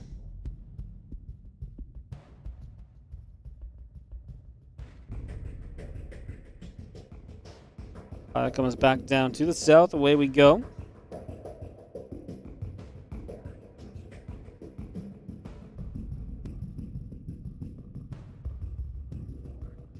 The fire pulling down over there. The Stalkers and the Prism coming across.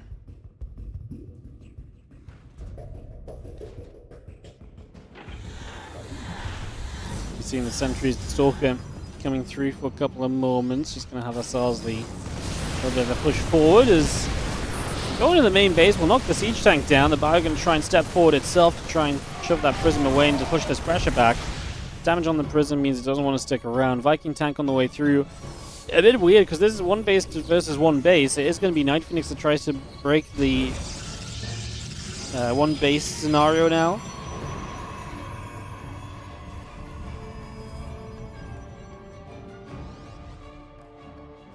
And siege tank production will continue as we get one sieged up. The Prism comes back in, trying to find a way around the edge to try and hit the mineral line a little bit, if at all possible.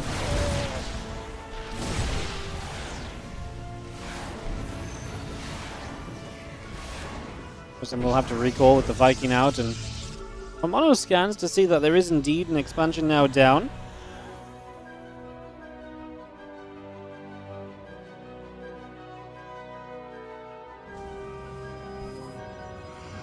Information pops up, just going to be having our Raven and Siege Tank and Marines.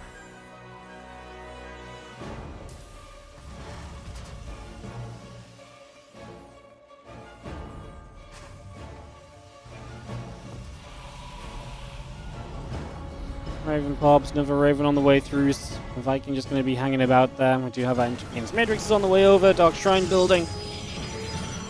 And Nexus and Probes all continuing as our battery comes into play, so Dark Shrine, I love it building in the mineral line. If you just see this at a glance, you might just think it's a defensive battery or so, right? I always think it's a cute move in scenarios like this, so we're also just going to step across. Knock down that tech lab. First Raven leading the charge, so DTs will not be effective there. I wonder, I mean, DTs against the, obviously, the initial setup was seeming pretty good, but against the Ravens, it's going to be pretty rough to see those DTs trying to do too much.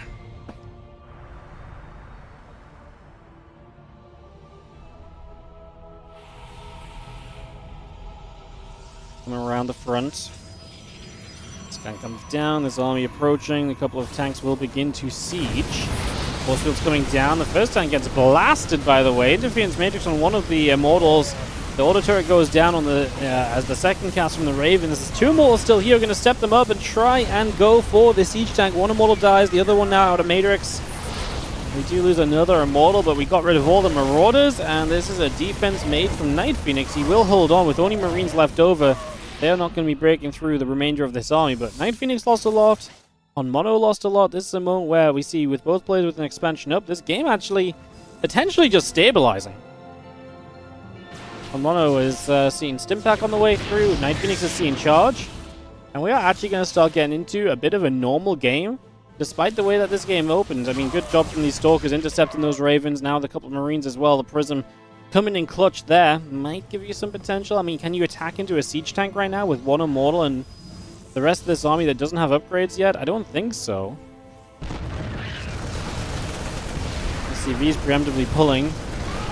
Especially with an SCV pull, I think the answer is absolutely not. Stimpack about to finish. Combat shield on the way. Charge finishing very soon. The main base, the couple swipes of a DT still coming alive. And some more damage done as well as the Prism unloads a couple units in the main. Viking pops up. Prism gets chased. We're going to go after and kill off the siege tank on the natural. More force fields coming down. Marine Marauder going to come over.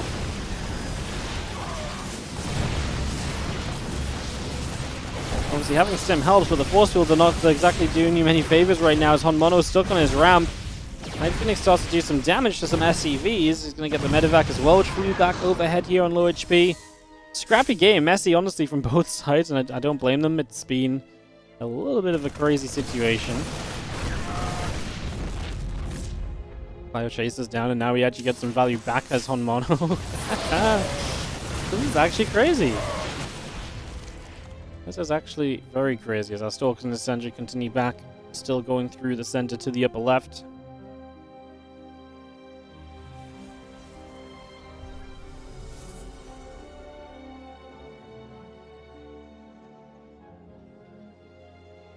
Plus one attack coming through. Forge is on the way from Night Phoenix, still having the medevac. Marine Marauder coming through. The refinery is coming online as well. Prism from Night Phoenix heads down to the bottom.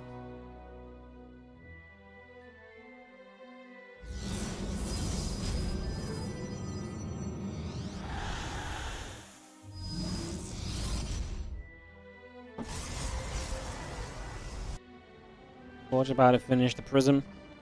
Going back over, just going to be seeing a few Zealots. Ready to unload. So it's going to go off. SCVs are going to go clunking through a few of those workers already. So 4 workers going down. The SCVs have fallen. The Prism gets out of there. A few more Zealots coming up as the Temple Archives comes into play. Plus 1 attack coming through as well.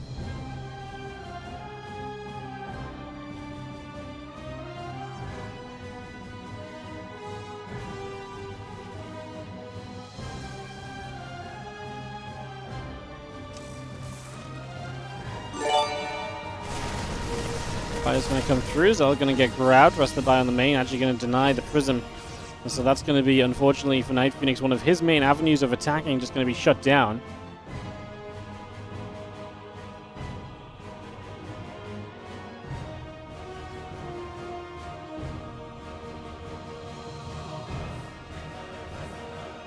Chili McBilly, thank you so much for the 6-month resub on the Prime.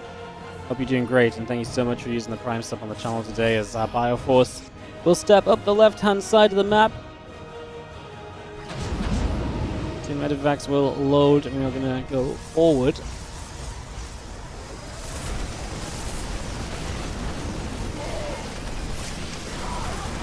Zealot goes down, just going to have ourselves the medevacs loading up a little further. We've seen the Zealot, Stalker, Archon Force, High Templars as well coming across, Bioforce coming about.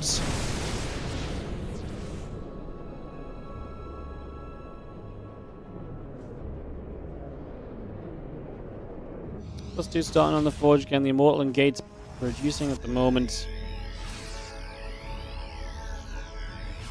Medevac's going to be doing some healing, this Bio-Army being brought back up to health. Everything gathering back together. +2, Immortal, Pylon being brought up right now. The Medevac's loading up in full and rallying up this left-hand side, so it's going to come boosting straight through.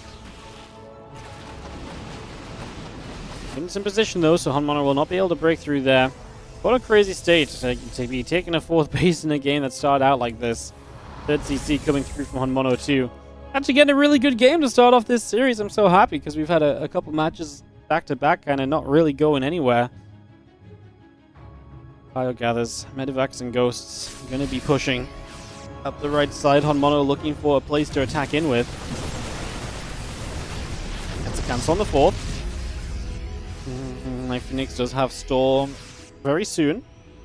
This High Templar doesn't have energy yet, actually, so it's just going to feed back. SCV's going down as we get some harass into that natural mineral line. That's cleaned up after just a few SCVs. DT is still active and available, of course, as an option.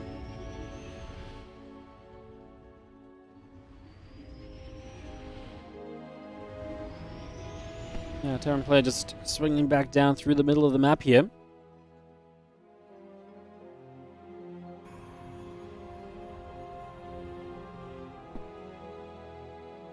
Load up again. To the left-hand side we move. Bio Ghost, Medevacs, all cruising across.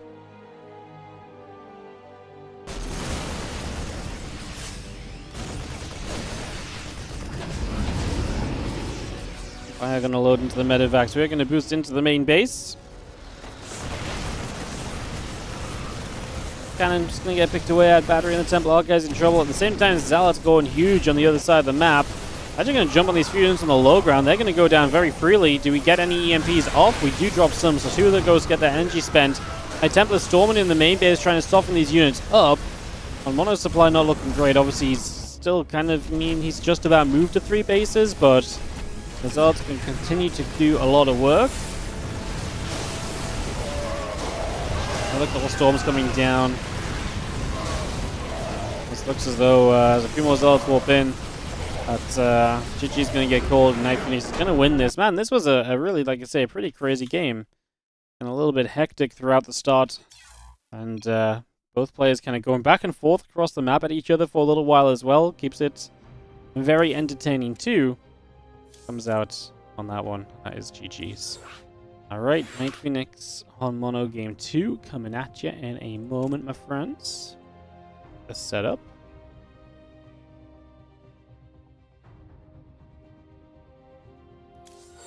Let's go. Keep it moving. Alright, gonna be Amygdala for this next map. Let's see if Amygdala can give Honmono some hope as he goes down 1-0. In the bottom left-hand side, our Red Protoss player is Night Phoenix, and he leads this series after just about stabilizing through the chaos of that PvT early game. Able to come out the other end and find victory. Some good traits, actually, in the end, and setting up into, like I say, I think just a good army.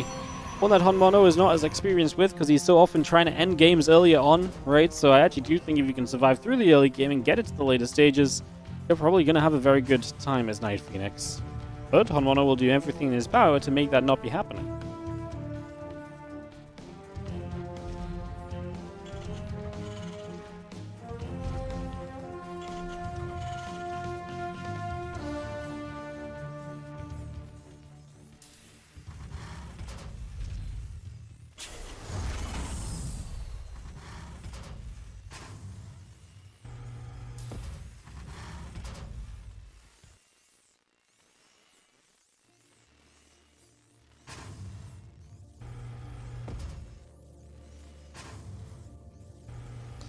Oh, CFS barracks coming up at home. No proxy barracks here from Honmono, so maybe it's time for him to focus a little bit more towards some of those, yeah,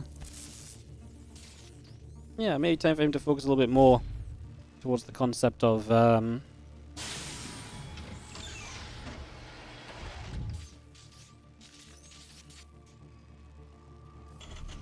like, just a powerful tank push or so.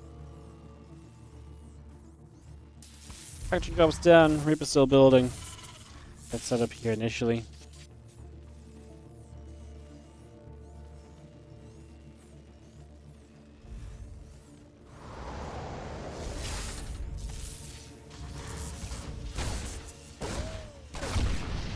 If it comes across, probe goes down. And Nexus probe still can continue to come over.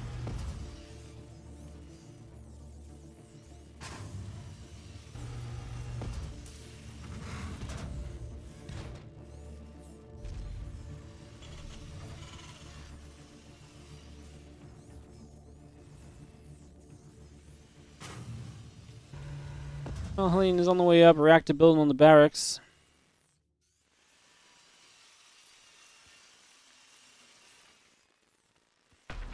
Reactor is about to complete. And again, a couple of Reapers coming over. Helene coming through. Robo facility building from Night Phoenix as well. This Reaper going to hop up in toward the main base.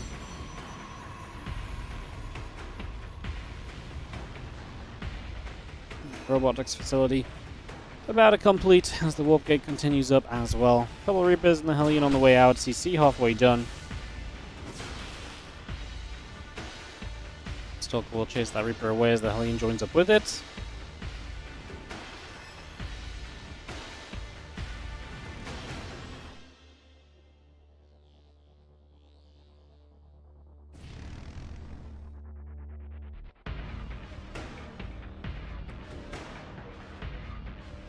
We've seen the Hellions and the Reaper both going to gather up, just going to take a couple steps forward. Starting to move down that left-hand side.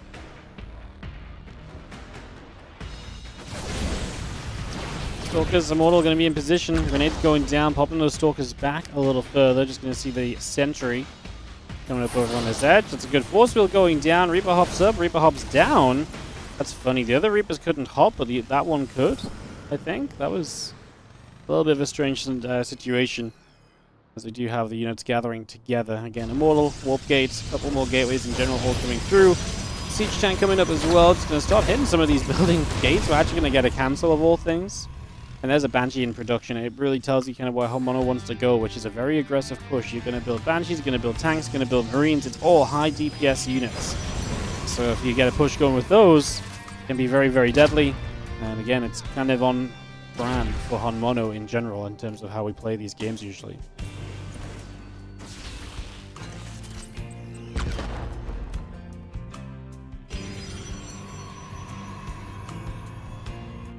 Now, 2 Immortals already out, and Night Phoenix building a 3rd. That's going to suggest that he's going to have a pretty sturdy army against an attack like this. So, while you kind of see the on-brand build order from Mono, I think Night Phoenix is playing a very anti-Mono build. Like I say, with the Immortals coming out so early, building into just a ton of gateways. Twilight Council done, needs to get the upgrade started on that. It's going to be Charge. I really like why Night Phoenix takes this for his chances to hold this off. Like I say, just many Immortals will make knocking these tanks down very easy, and if you knock those tanks down, it's very tough for the Marines to really do much on their own.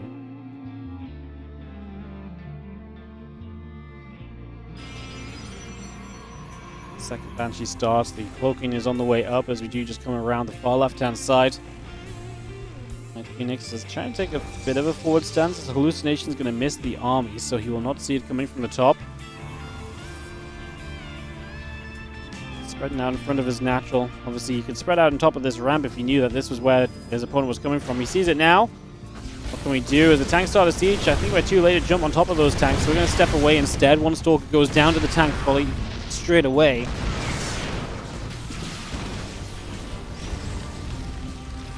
So, Immortal going to move over, just going to have ourselves a siege tank setting up. We're going to knock one down immediately. One Immortal goes down very quickly, but now the other tank goes down, and I'm just going to let the Zealots do their thing. Not really a good answer to the Banshees at the moment. They are going to be able to do a lot, but just losing the tanks so quickly, like I say, this Immortal count in general makes it so difficult. Stalker, Zealots, still charging through. Those Marines getting pushed back. The Banshee getting pushed away as well. All of this being chased down for the moment.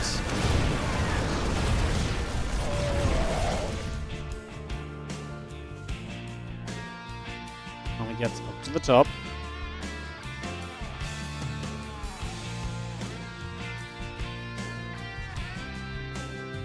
Banshees will gather.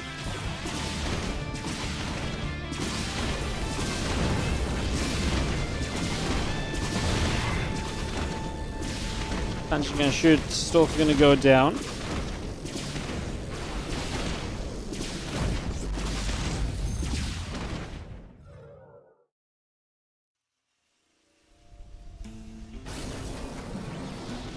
I mean, problem for Mono is you're now retreating into a Banshee tank set up at home, and I mean, you don't really have to do anything here as Night Phoenix, right? There is no requirement for you in this moment to do much of that at all. Mono's going to scan, see the 3rd base coming up, and he probably thinks, well, I've got to go back across the map and try and kill you now.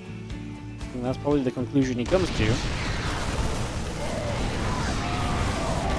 Zealots, Immortals, just going to come straight on forwards, just going to power straight into this. As you do see our Marines and the tanks is going to be sitting strong on the ramp. Yeah, Mono loses about 15 SCVs. Night Phoenix doing a pretty decent job there, and he is going to recall home. And maybe in time to go deal with those Banshees. When does the Royal Match promotion stuff end? We have like 3 weeks on it. I might not let it run out the whole 3 weeks. I might take another sponsorship before it ends, but there's a significant amount of time still. I still actually have to finish streaming it myself, so at the very least until the end of next week. So at least another like 10 days or so. Might even be more than that. So you've got a long time to download and just play a little bit here and there if you want to.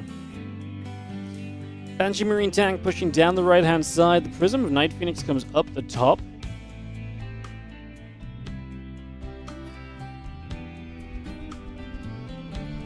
It's going to come around the bottom, just seeing our Prism about to move into the main base. On mono, just gonna step on forward here. Marine, tank, Banshee, gonna step straight forward. Few Zealots begin to go down. The rest of the Zealots taking damage. The Banshee's firing away at the Immortals now. Tanks get sieged up. The Immortals go down. The Stalker's still getting hits. On mono is actually going to get rid of a couple of observers as well. Good push from him as he gets on top of this third base. Zealot Stalker going to come through. Prism still overhead. The Banshee going to have to try and help out once again here as the Zealots come charging forward. The Marines and the tank going to be going down. I think we're starting to defend. The Banshee's honestly still doing a lot of the damage right here, so they are going to add a lot more into play. Another couple of Stalkers coming through. The Zealots are going to charge up. The Marines are going to get chased back again. The Stalkers continue to go after the Banshees. It's going to be a defense. Mono is all in. We obviously saw him lose a lot of workers before as well, so this was kind of his all or nothing. Let's get it done attack, and unfortunately that was not meant to be. GG's, Night Phoenix takes a 2-0 lead as we're going to be going to Frostline for our third map of this best of 5. So, Night Phoenix on match point. Is Night Phoenix really going to go like 2-0-2-0 just straight into the next round? Like, man, pretty convincing stuff from him. Playing well. He's kind of on the verge of doing it, honestly. He's on the verge. All right, let's get into game number 3 as Night Phoenix has the 2-0 lead here in the OSC Championship lower bracket round 2. Night Phoenix is our red Protoss in the bottom left, and Honmono is our blue Terran in the top right. It's been so fun watching him play over the last couple of days in this event, but this might be his final chance unless he can find a map win here and now to at least extend it by one more map. Let's see if we can avoid 3-0.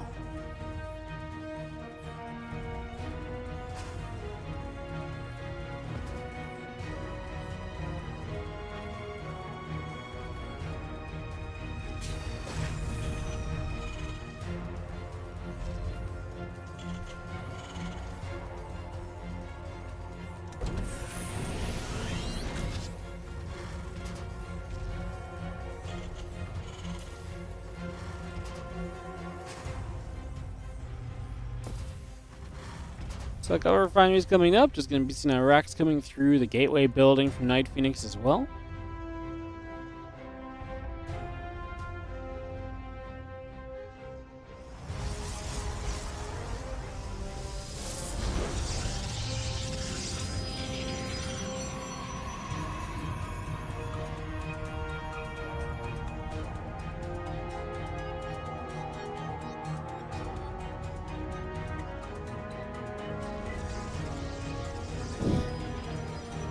Actually coming through, Cybercore on the way. On Mono, what are we going to do? He is 3 workers on each cast, so unlikely to expand. Looks like a 1 base commitment.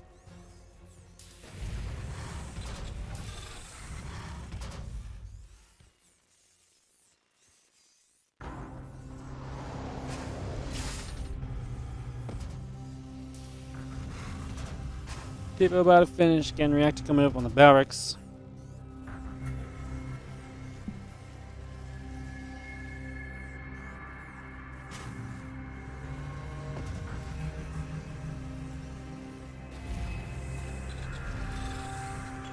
There's the starboard coming down. And it's going to be seeing the tech lab coming up, robot facility built in the main base, and the adept heading out towards the upper side of the map for the moment.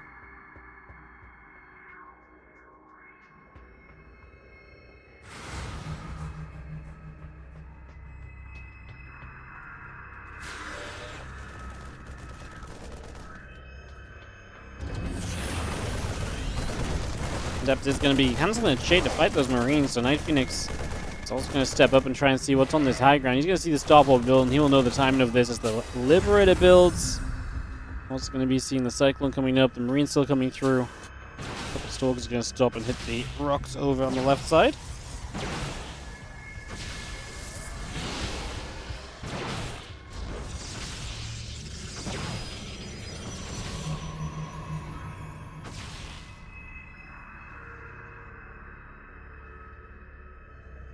Stalker's still coming through. Again, the Immortal Gate continue to come about. Let's see if we can get a defense against this aggressive one-base shove from Honmono as he looks to try and take at least a map here in this lower bracket.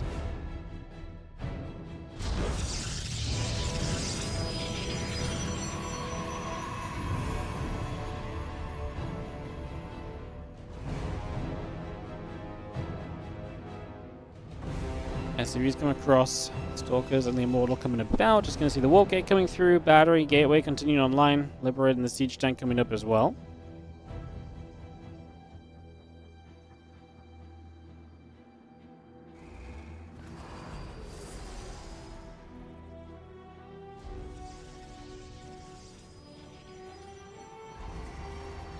And step up right here. Liberator going to begin to siege, couple of Stalkers are going to shoot. Cyclone going to fire, tank is going to be setting up the siege as well. Battery will take some damage, it's going to go down. The two Immortals are going to get the siege tank though, and gets the Cyclone as well. So both the factory units go down early. The Liberator is the scary part of this right now, but it's a lot less scary without a tank to back it up, and you can already see the zombie being chased away. Not exactly ideal for Honmono, who's putting everything into this. The Robo Facility openers are just so safe, and it's so difficult to break through against them. Night Phoenix really is just hard countering Honmono from the build order standpoint before the game even really gets started.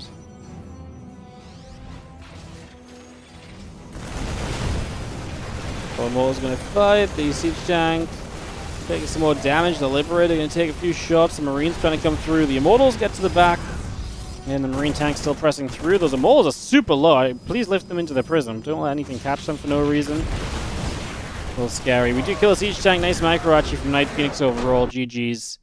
And that's going to be Night Phoenix taking the 3-0 in this best of 5. GG. Honmono. No! I believed in my boy Honmono, and it just didn't come to be. Alright, guys. Last matchup coming up here as we go into Mindel VK versus Mana. We're going to get this started nice and quick, guys, and just get going into it. So let's get this on the go. Let's kick off into this best of 5. Game number 1 of this series. Mana versus Mindel VK. In the lower bracket. Also lower bracket round 2. So the winner of this will advance through to play against Night Phoenix as well. That is now confirmed. Let's head into it. In the bottom left corner of the map, our red Protoss player in this best of 5 is going to be Team Liquid's Mana.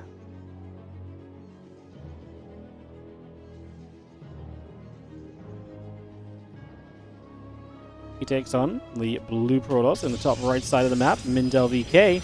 We played some fun games yesterday against Christiana. Christiana generally was just getting into some better positions, but the game he won, he looked very good in, so yeah. He did not match up well against Christiana. I feel like he did a little bit too much of nothing, while Christiana really benefited from the game that just nothing happened in.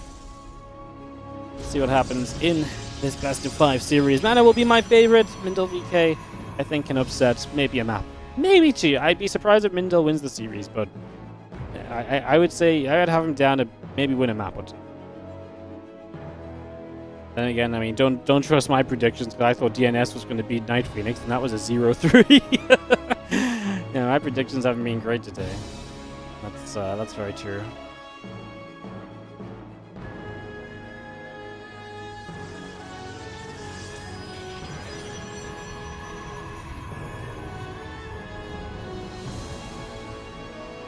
We're moving about, a couple of gates coming over.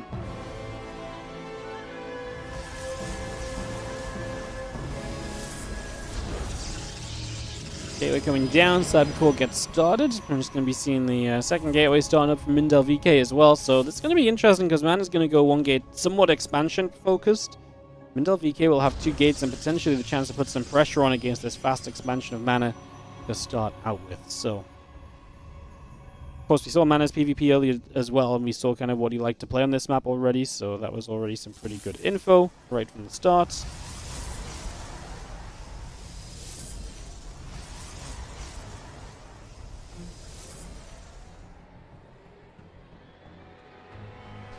You can see that probe coming down. Stargate continues to come across for a couple of moments.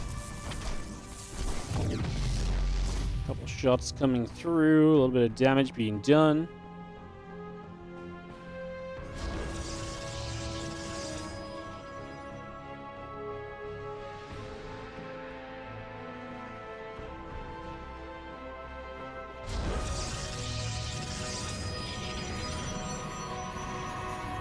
So just going to chase around. The probe going to get hunted a little bit. We do see this probe getting chased by a couple stalkers as well. It's just a little bit of going on right there. That probe is going to go down. That will fall. A couple more stalkers coming about. The gateway and warp gate building up. Our Nexus dropping onto the natural for the moment. Oracle starts on the Stargate as well. Just going to bring that straight through. Stalker's going to shoot the battery. Going to go down. Like I say, Mindel VK just committing to try and get this done right away. Third gateway back at home. Surprising, maybe we build a fourth gateway proxy. I would not be surprised at all to just straight up 4-gate this here. Because trying to do this with no nearby warp-in potential is obviously wild as well. This is not good though. If Mindel VK is going to be all about unit production and just having a lot of units, losing one Stalker to an Oracle already is not pretty. We have the fourth gateway does indeed start to build. As Mana starts to chrono boost his Void Ray, but he needs another pylon here. No, this pylon's in trouble. If he can't push this back, then he's in a lot of trouble. And yeah, the Stalkers are getting out DPS'd. He's going to lose his pylon. If he loses his pylon, like I say, he loses the power to the Stargate and Warp Gate, and he might just be in trouble. Too much trouble. Another probe goes down, puts down another pylon. A couple Stalkers go back and forth. Void Ray coming through, Warp Gate building, but stuck. I mean, this pylon at least finishing does mean the Void Ray continues to build. There's the extra round of Stalkers, though. Stasis Ward can be target fired here. Can we target fire it past? Oh my goodness, that was crazy. He couldn't target fire past the Stargate, I don't think. And because of that, it goes off, but only on one Stalker. I think Mindel VK is a little bit fortunate there. Void Ray pops out. There's another 3 Stalkers. The Void Ray already taking damage. Prismatic alignment pops. We do kill one more Stalker. Void Ray going to try and do as much as it can while it has that Prismatic available. Battery out of energy. Void Ray does not go down. This time we do kill the Stasis, though. We're going to kill the Stargate as well, and the Void Ray. Okay, I think Mana just lost because he lost his Void Ray. He's going to lose the Stargate. Now he has no units. Stasis doesn't do anything to buy you time. GG's, and Mindel VK opens the series with a map win. So there you go. Mindel with the map win to start us off, and going to take us straight into a little bit of upset territory. All right, all right. Very exciting, Mindel VK. I'm into it. Let's see if he can keep it going into a game number 2 on Frostline, as Mana is now going to be down a game. And remember, this is lower bracket. Everything today has been lower bracket. Players, when they lose, they are knocked out of this year's OSC Championship. So it is Mana looking to get back into it. Mindel VK looking to also get re-involved. And I mean, if Mindel VK can win this series, I'd be very impressed. I'd love to see it, because I don't like Mana. Just I like some upsets, you know. I like some upsets.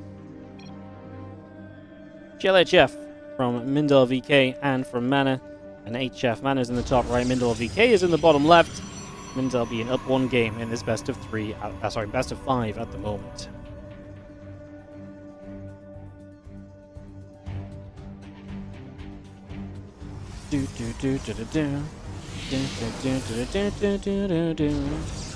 Probe's coming up, gateway on the way on both sides of the map, so we get that going. The probe of Mana begins to come down through the center to the bottom left.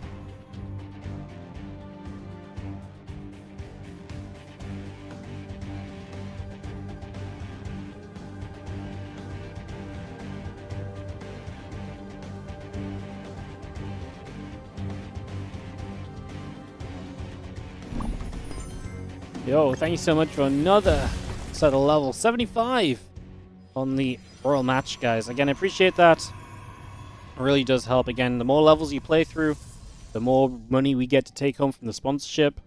Check it out a day. Play it on your phone while you watch some StarCraft, or while you've got some time free over the next couple of weeks. Exclamation mark Royal in the Twitch chat. Appreciate the support, guys. Appreciate the support. Thank you so much. Probe chasing another probe. And we'll take a couple of moments here, hunting that probe down just for a few moments.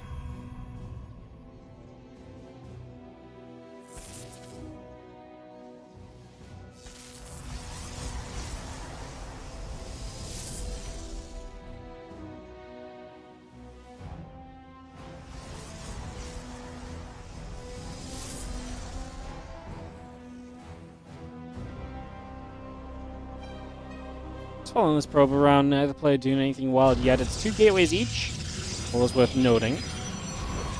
And Mana gets his probe locked into this main base, which means, well, actually, Mana gets his Nexus down straight away anyway. Mindel VK should get a Nexus down fairly soon. Plugging the probe in does cost you some money on a battery. So it's nice to not be blocked in the low ground, but Cinder's going to chase the probe, kill it off now at least.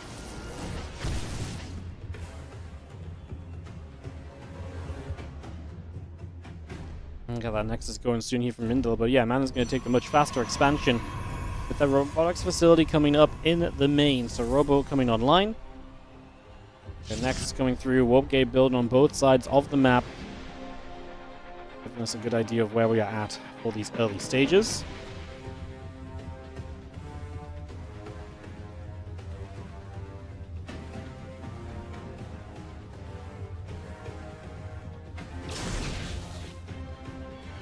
This nation's gonna tap each other, coming across, nothing crazy.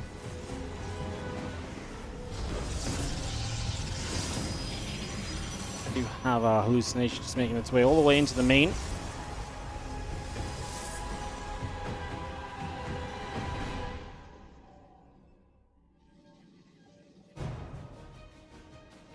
Power Council then going to be Mindel's choice here. Yeah, actually getting onto the map with quite a few Stalkers and Sentries. Obviously, Mana with that Robo facility going to be very safe and playing that Immortal, more defensive style initially would be the expectation.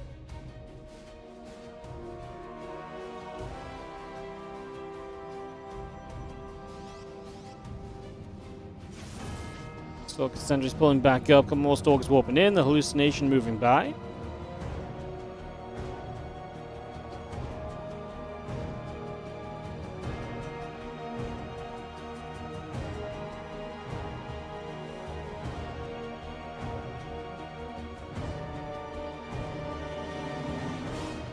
Right side Stalker Sentry pulling back. Sorry, I missed this a little bit. There's a little bit of a trade out going on. We actually killed 2 Sentries and a Stalker. Oh my goodness, Mindel VK off to the races. That Immortal will help Mana a lot, but got to be very careful not to get a force field in a bad place. Battery will go down. Just gonna see that pylon dropping as well. Gonna take another step forward. Another force field around the back. Couple Stalkers in the Immortal. Still going to step on through the couple of probes to get knocked out. The Adepts in the back could go after some workers. Mindel VK will try that right now. 4 workers going down. As we do have the, again, +1, the Immortal, the Blink, all continuing through.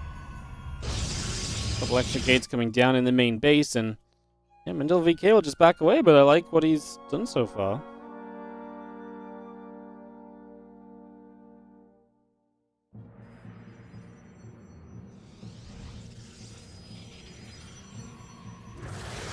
Stalker back to the natural. There's the hallucination popping up. Gonna begin to move across the map.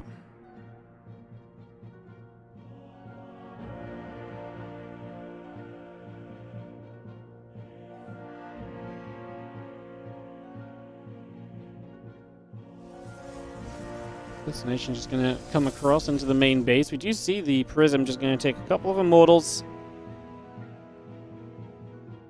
Coming down to the bottom left-hand side, just going to journey across. Again, Robo Facility and Nexus coming online. Just going to be seeing our Resonating Glaives building on the Twilight Council. So that comes through, hallucination. Going to get shot down by the Stalker Sentry. Just going to take an out already. And the Prism heading into the main base with these couple of Immortals. So when we go to the main, going to be able to unload and unleash the power onto the pylon. The Sentries are going to try actually blink after this. Uh-oh, Mana. I mean, he can evacuate these Immortals, actually, so these Stalkers blinking down only cost themselves their lives, and they get some Immortal shields that obviously doesn't really matter too much. Hallucination still picking up the Prism as +2 attack and Resonating Glaives. I mean, look at A, the upgrade lead that Mana has, and B, the fact he's on his way to Glaives. He did a pretty nasty timing. I felt like this started off pretty well for Mindel VK, but army supply is now skyrocketing here for our Polish Protoss. Mana is obviously, again, keeping this Prism safe enough. He should be alright, and I mean, this Prism is important because it's going to warp in all of the Adepts to help make this push happen.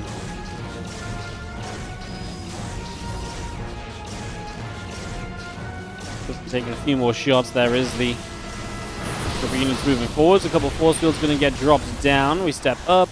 Adepts taking some damage already. Just going to be seeing the Resonating Glaive still coming through. The couple of Immortals are stepping forward as well. Goes one sentry, here goes another. Just going to be seeing the Prism gets jumped on, but Mana has 3 Immortals sort of swinging at Stalkers throughout this fight, and blinking on top of those Immortals means you can't blink back defensively. I mean, getting rid of the Prism is usually a big play, but unfortunately in this case, the Immortals are just going to do too much. Getting rid of the Prism costs you way too much, and an extra Immortal shows up. Prism is replaceable as well eventually, and the damage is already being done as well. The Stalkers are still going down. Mana is just warping in the depths from home, but like I said, I would be surprised if it wasn't a Prism on the way soon. SC will start hitting this natural expansion. He already killed a bunch of probes here. He's up an army supply, and like I say, with reinforcements, it only looks better and better. The Red Protoss looking to tie up this series 1-1 in the best of 5. And to get himself back on track after a rough first game. The Immortal here has to pull back a little bit. It is going to go down, but Mindel VK is once more losing way too much. A depth shred through those probes, and the Immortals shred through the Stalkers, and that is the combination you need to get the victory, and Mana takes a game. Alright, just like that, Mana is back on track. Go to game 3 here in a couple moments for our chance to see one of these players take the lead once again, so we'll get into this momentarily. And jump into ley lines.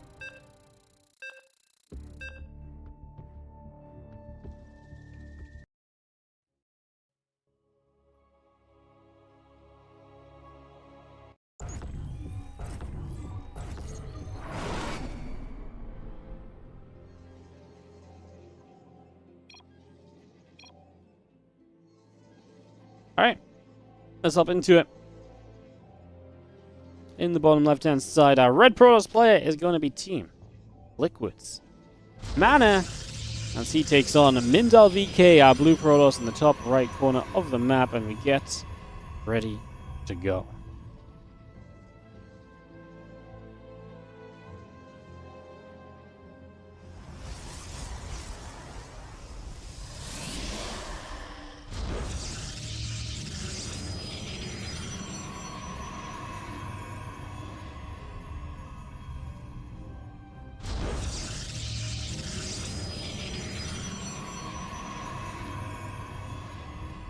Probes going to boost, gates on the way, stimulators will build.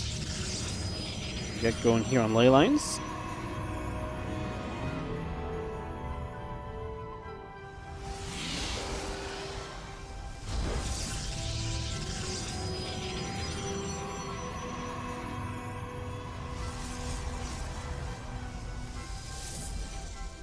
A couple gates coming through, probes are coming about. Just have ourselves the probe at the left-hand side, going to be making a bit of a journey here. Second gateway starts, cyber cores begin.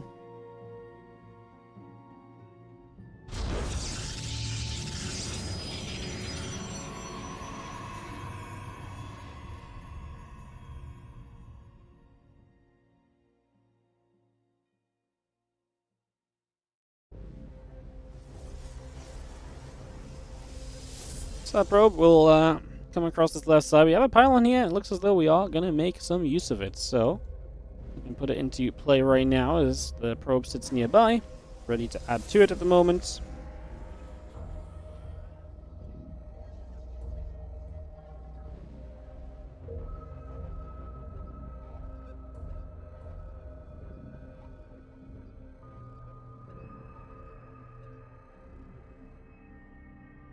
Probe comes about, Robo facility starting. So Mana may be the aggressor here. I mean, the Robo isn't super far forward, just hidden away, so that Mindel VK does not have an easy time figuring out what he's playing against at the start of this game. Up the left-hand side we move. He's not going to go far enough to find the Robo, though, so not finding that pylon, not finding that Robo. Information hidden for the moment successfully by Mana as 2 Adepts make their way across. Hallucination, I do not believe actually saw that either, so I'm gonna have to do some on-the-fly reacting to all of this.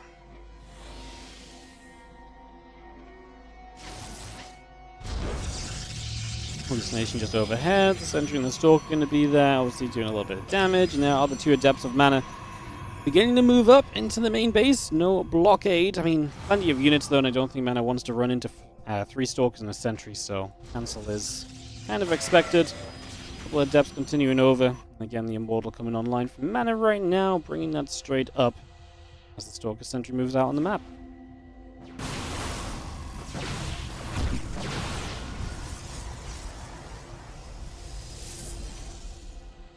Three probes going down. The army of mana still gathering. Immortal, Stalker, and Sentry all gather up in the middle of the map here.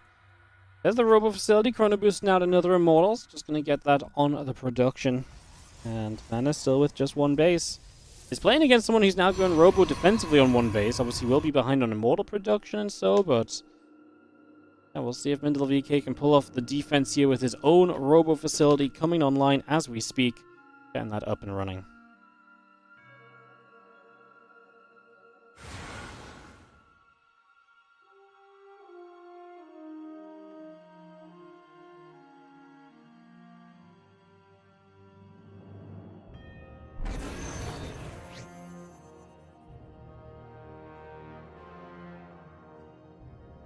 Probes going down on the other side. Sorry, as a couple of Adepts are going to break through. So a few probes begin to drop just right off the bat.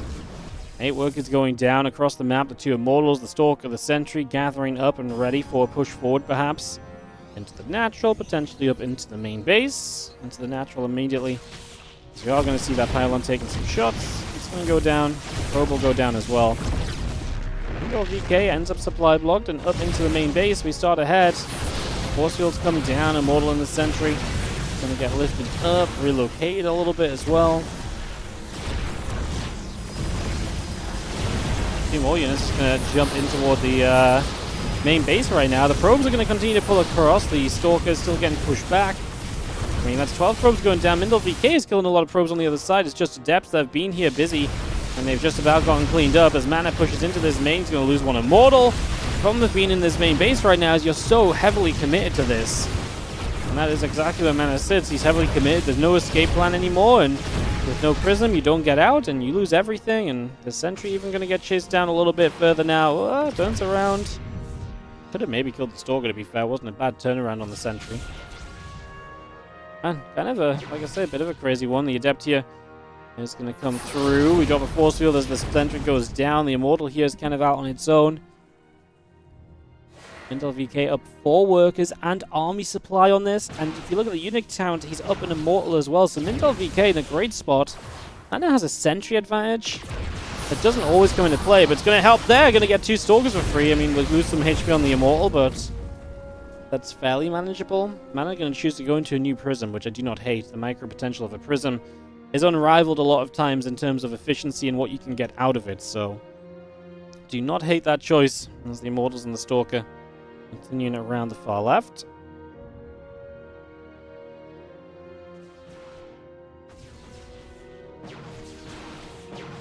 Going to shoot, finally going to take a lot of damage. We're actually going to deny the Robo. That's huge. Well, this is not good for mana, because now you're going to lose Robo production. Now you're just going to be disadvantaged. And as the Sentries actually get some good force fields down, trying to make our way through those Immortals. It's working. Okay, it's working, it's working. We're getting some progress here. Some Immortal will go down as well. Just going to be seeing the Stalkers. And the Adept going to get jumped back onto. The unit's coming back this other direction. The Prism loads up. We drop back down. We go back and forth.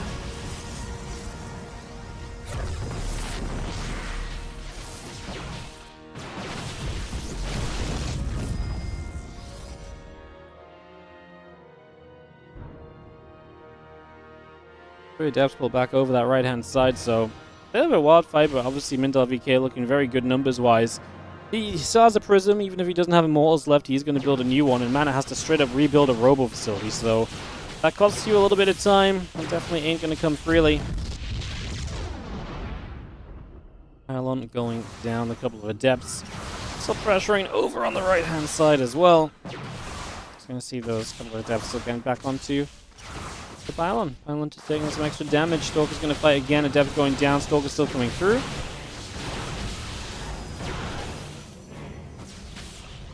Go back the other way. Mindel VK, 54 to 39 supply, is about to take a 2-1 lead if this continues over Mana in this best of 5. It could be having a pretty sizable upset here in this series. Adepts are going to shade. Stalkers are going to lift back into the Prism as we escape out of here right now. Just a couple of shots going through. Adept taking some damage. Immortal shots going on to those Stalkers. Going to lift up a couple more units. We continue to chase by.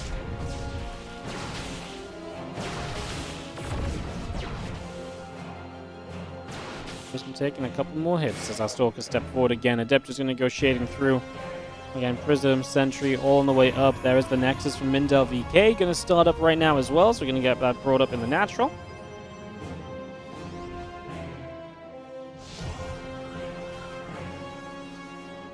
And Mindel just going to sit down the ramp of mana. The fact he's obviously taking a base means he does not have to press the issue too much, but if you can take things, then why not take them? 2 gateways for free, basically.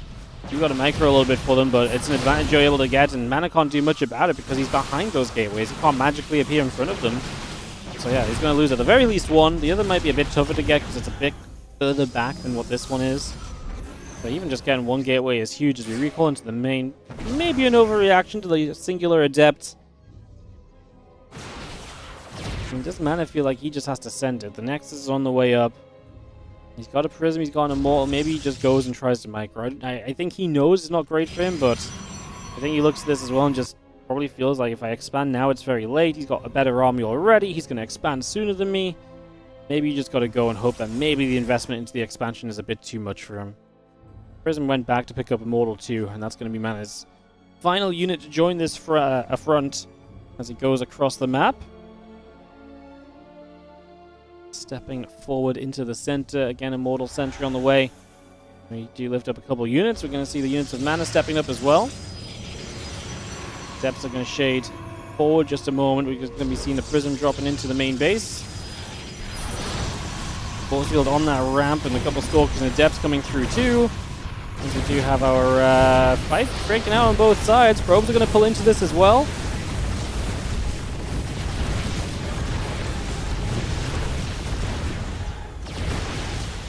Probes going down from Mindel VK, but the defense is being made. The army of mana is disappearing, and that should be something of his final stand in this game. He can micro those Immortals, but when you've got this many units to micro through to equalize numbers, ain't happening.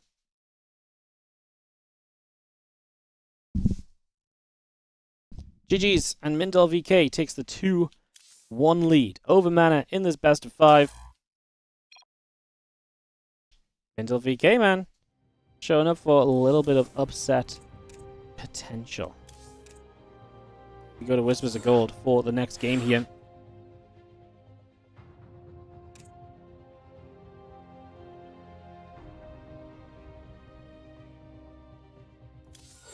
And Mana bounce back. Will Mindel finish this off? Let's jump into it. Game number 4.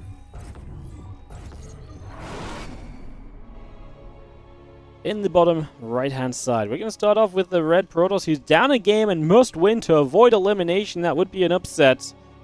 It is Mana in the bottom right as we head into Whispers of Gold.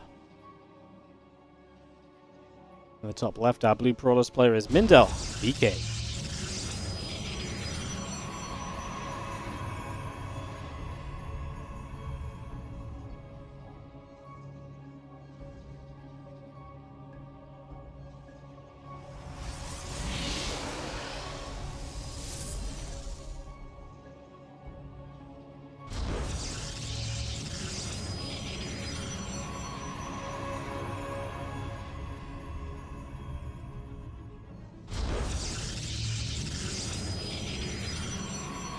Whispers of Gold, one of the shorter maps, definitely a fairly aggressive map that we've seen a fair amount of.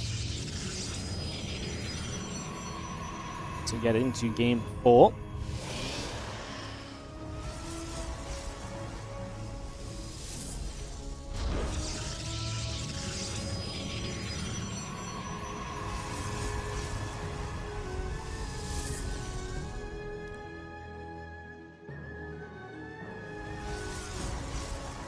Gates is coming online. The probes are still building. We have a Cyber Core coming up here as well from Mana, so we got that Cyber Core starting. The probe is going to continue over. Let me just take a step across the map. Both players have a probe on the other side, just looking for information and looking to try and confirm what is or what is not happening. But they're both going to gates. No one is trying to slide into a faster than expected expansion or anything along those lines. Everything is looking pretty chill just for the first few moments, I think it's fair to say.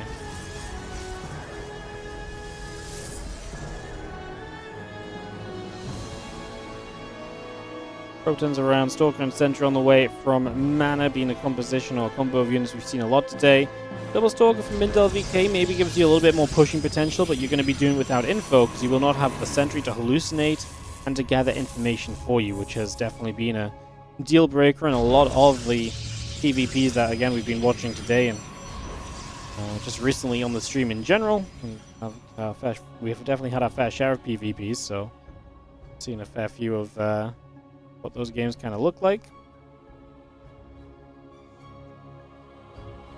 This probe just scouts around. Mana actually, lost his probe to the Stalkers popping out, I believe, or to a probe pull or something. Something got a probe kill. It was the Stalkers. The Stalker got a probe kill, so Mana lost his. A little advantage to Mindel VK initially, but obviously far away from being sizably impactful.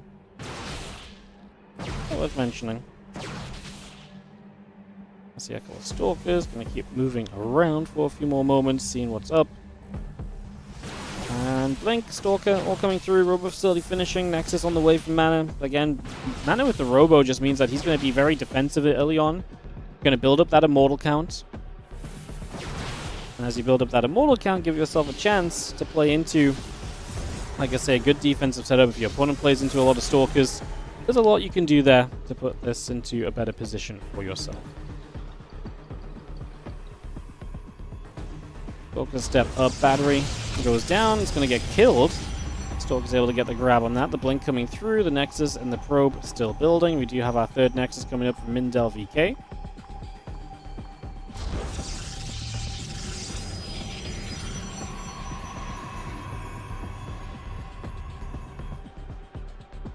Prism starts, Probe building up, Nexus coming through.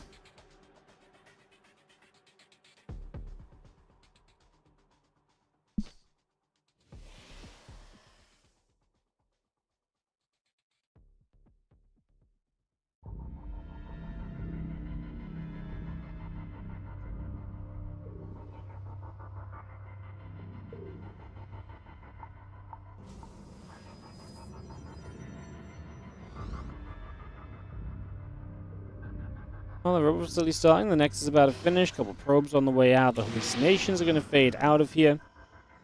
You actually pop a couple more up as Mana wants to keep the element of, hey, look, I'm building a bunch of Stalkers. You look at Mindel VK's vision.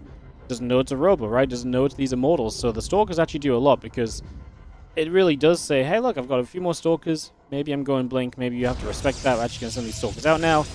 And as Mindel jumps on one, he's going to realize it's a hallucination, so... That's so funny, by the way, that batteries actually heal hallucinations.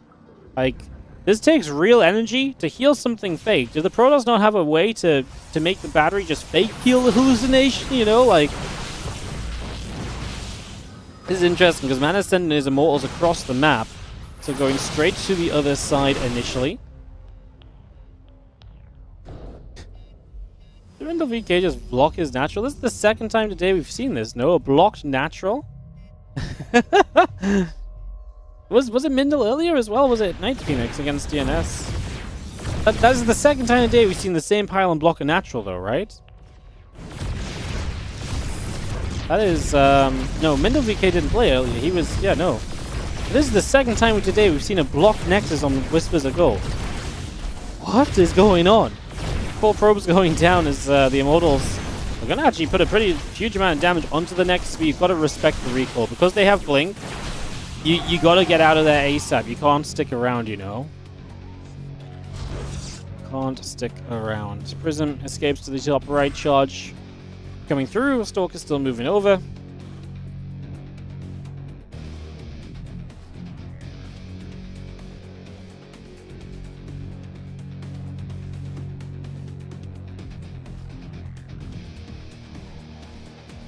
Prism going to sit in the top right. The extra gates coming online. Charge building. That'd be done from Mindel VK, so that earlier charge, earlier Twilight Cancel coming into play to give him charge now. Stalkers looking to catch the Prism as Mana is, yep, going to lose the Prism, and Immortals will start to go down. He needs a recall right now, but recall is not got the energy to recall. So we get a couple Stalkers, but we lose the Prism and 2 Immortals. So that is going to be expensive as Mindel VK gets a good grab. I tell you what though, Mana's up 10 workers. Obviously that initial damage done by those Immortals at least was very good for Mana. So that early damage goes for a lot, but obviously would have much rather have had a Prism and 2 more Immortals to be part of the army now, because that would have been looking a whole lot better than what this looks like at the moment. So definitely would have been nice to maybe get on top of that a little sooner.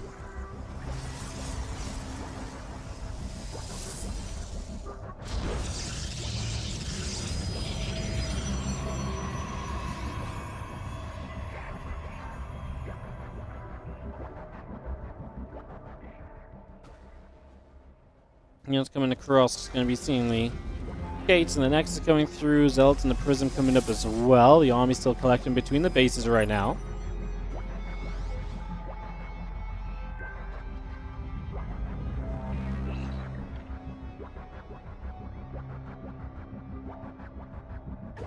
Army comes down the left-hand side. Zealot, Stalker, Immortal, Sentry on a little bit of a move here.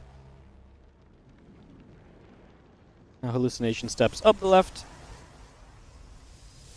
And everything else from Mindel VK ready to step into a third in the next couple of moments. Again, charge coming up, +2 attack coming up.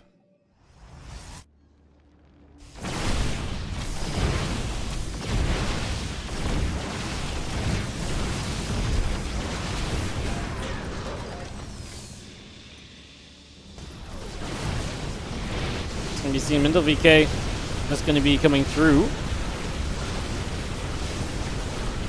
Going to be jumping through here. Zealot's going to try and swipe back. The Immortal's throwing it up. The force field coming down. Prism is going to micro the Immortals pretty well, and Mana's actually making a good defense here. Up in workers, remember, up the face.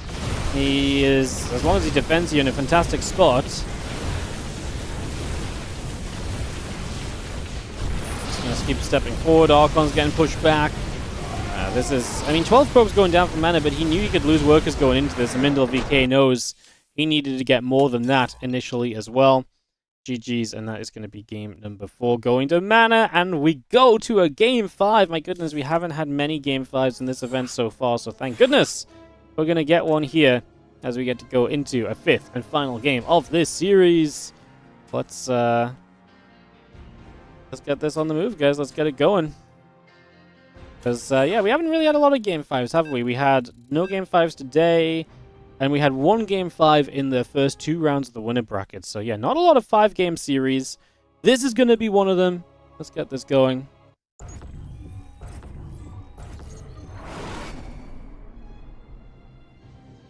As we have in the bottom left, our red Protoss player Mana.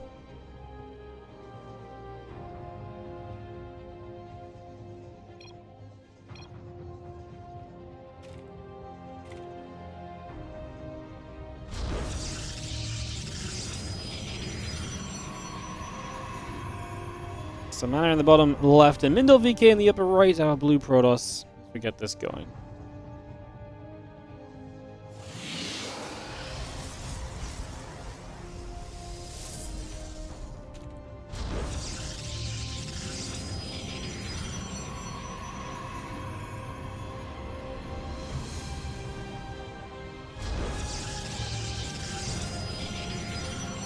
Very excited that this comes to a game 5. Amygdala going to be our deciding map as we get this underway.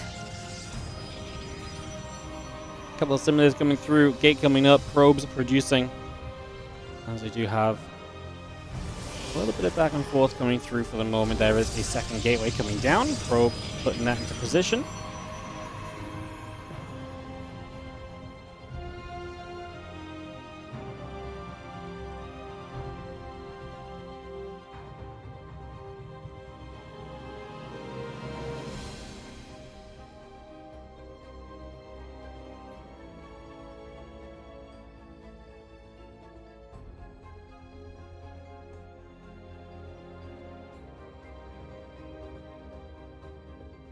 Cybercore's coming through, gates coming up, probe is settling in, the pylons will build.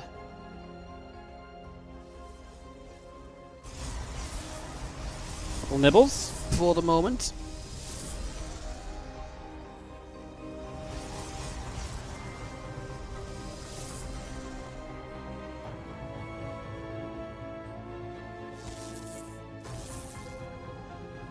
Nibble, nibble, nibble. Sentry and a Stalker versus Sentry and a Zealot. So it's going to be our last game of the day, of course, guys. We'll be back tomorrow. Tomorrow we're going to have Masters Coliseum, a couple best of fives, followed by 5 more best of fives in the OSC Championship. So make sure you're back tomorrow for, I think, 7 best of fives total on the stream. Should be fun tomorrow, actually.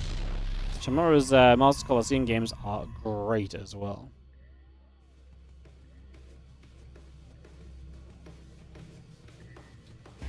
Serral Max Packs, Hero Raynor. Those are some bangers.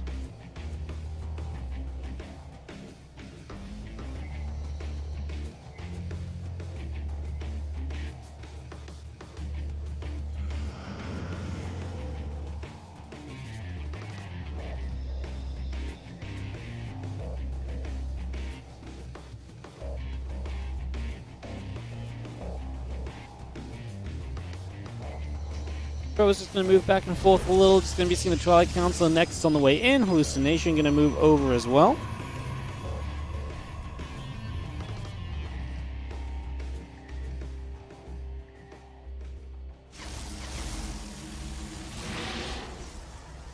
Well, Sentry's just going to be fighting.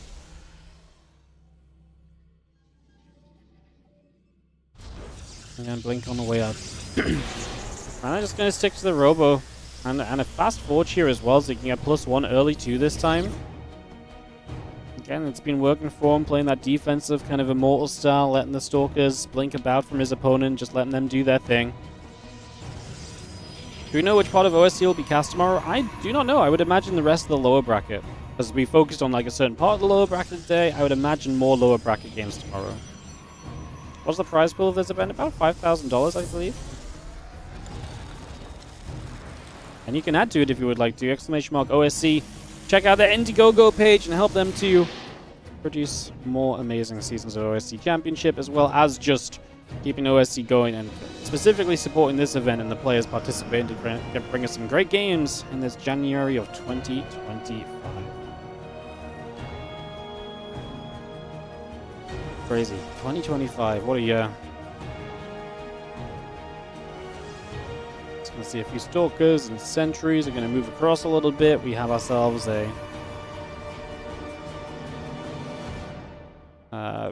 Gates, +1, Blink, all of that continue to come through. Just going to see the +1 attack and the Immortal coming up as well.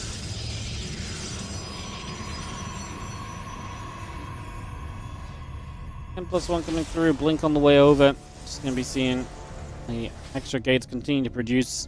We get 1 on that bottom side here from Mindel VK, so it's going to be having a proxy, but Mana's coming straight across, knows where it is, and he's going to put some damage on it. So looking to stop that proxy pylon coming online, stop that proxy gateway, and ensure that the Blink attack will be a little bit further delayed. We're going to put a new pylon down from the probe. You've got to be careful. You can't stick around here too long because the Stalkers will blink and try and make their way after you, but on Blink cooldown, you're going to get caught for 1 Stalker. Going to use a 4th force field to make it 2. Tense moment or so here actually as the +1 attack and the gateway continue to come online. A couple of gates in the prism coming up on the side of Mana, a few more Stalkers coming in as well. Observer still overhead and just moving across. I see a couple shots coming out here. Stalker Sentry going to fire up onto the rest of the Stalker Sentry. Again, 3 Immortals very powerful. That one Hallucinate Immortal has actually tanked so much damage, it's going to go down, and it was a fake. As Mindel VK still has the position to press on into this. The Prism about to show up for Mana, so a lot of micro potential bound to be gained here from our red Protoss player. Our Polish Protoss is about to take a bit of a step forward in this game as we step forward and go for some Immortals. Good micro from Mana, using the Prism well. It's exactly why that Prism's so important and can do so much for you. Come back across again. Observer coming over. Stalker still setting up. Another Immortal warping in. Nexus building from Mindel VK.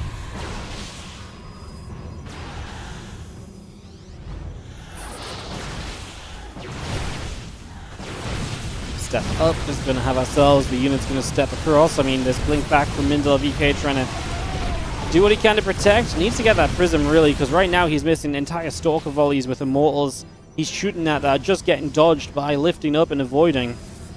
Not exactly ideal. 2 more Stalkers warping in right now from Mindel here as we bring those across, and the Immortal Micro is still good. We've got 4 Immortals now in position, a couple of Zealots.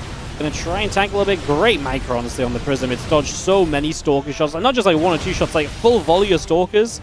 Just getting dodged does so much for you as Mana, so much efficiency. And Mana has had a tough series, but it looks like he's going to come through better off in the end. As we have the Stalkers and the Zealots moving back through the center. Once more. Couple shots going off, the army coming back around. We will just have the Immortal coming back over. That's going to be 5 Immortals in total.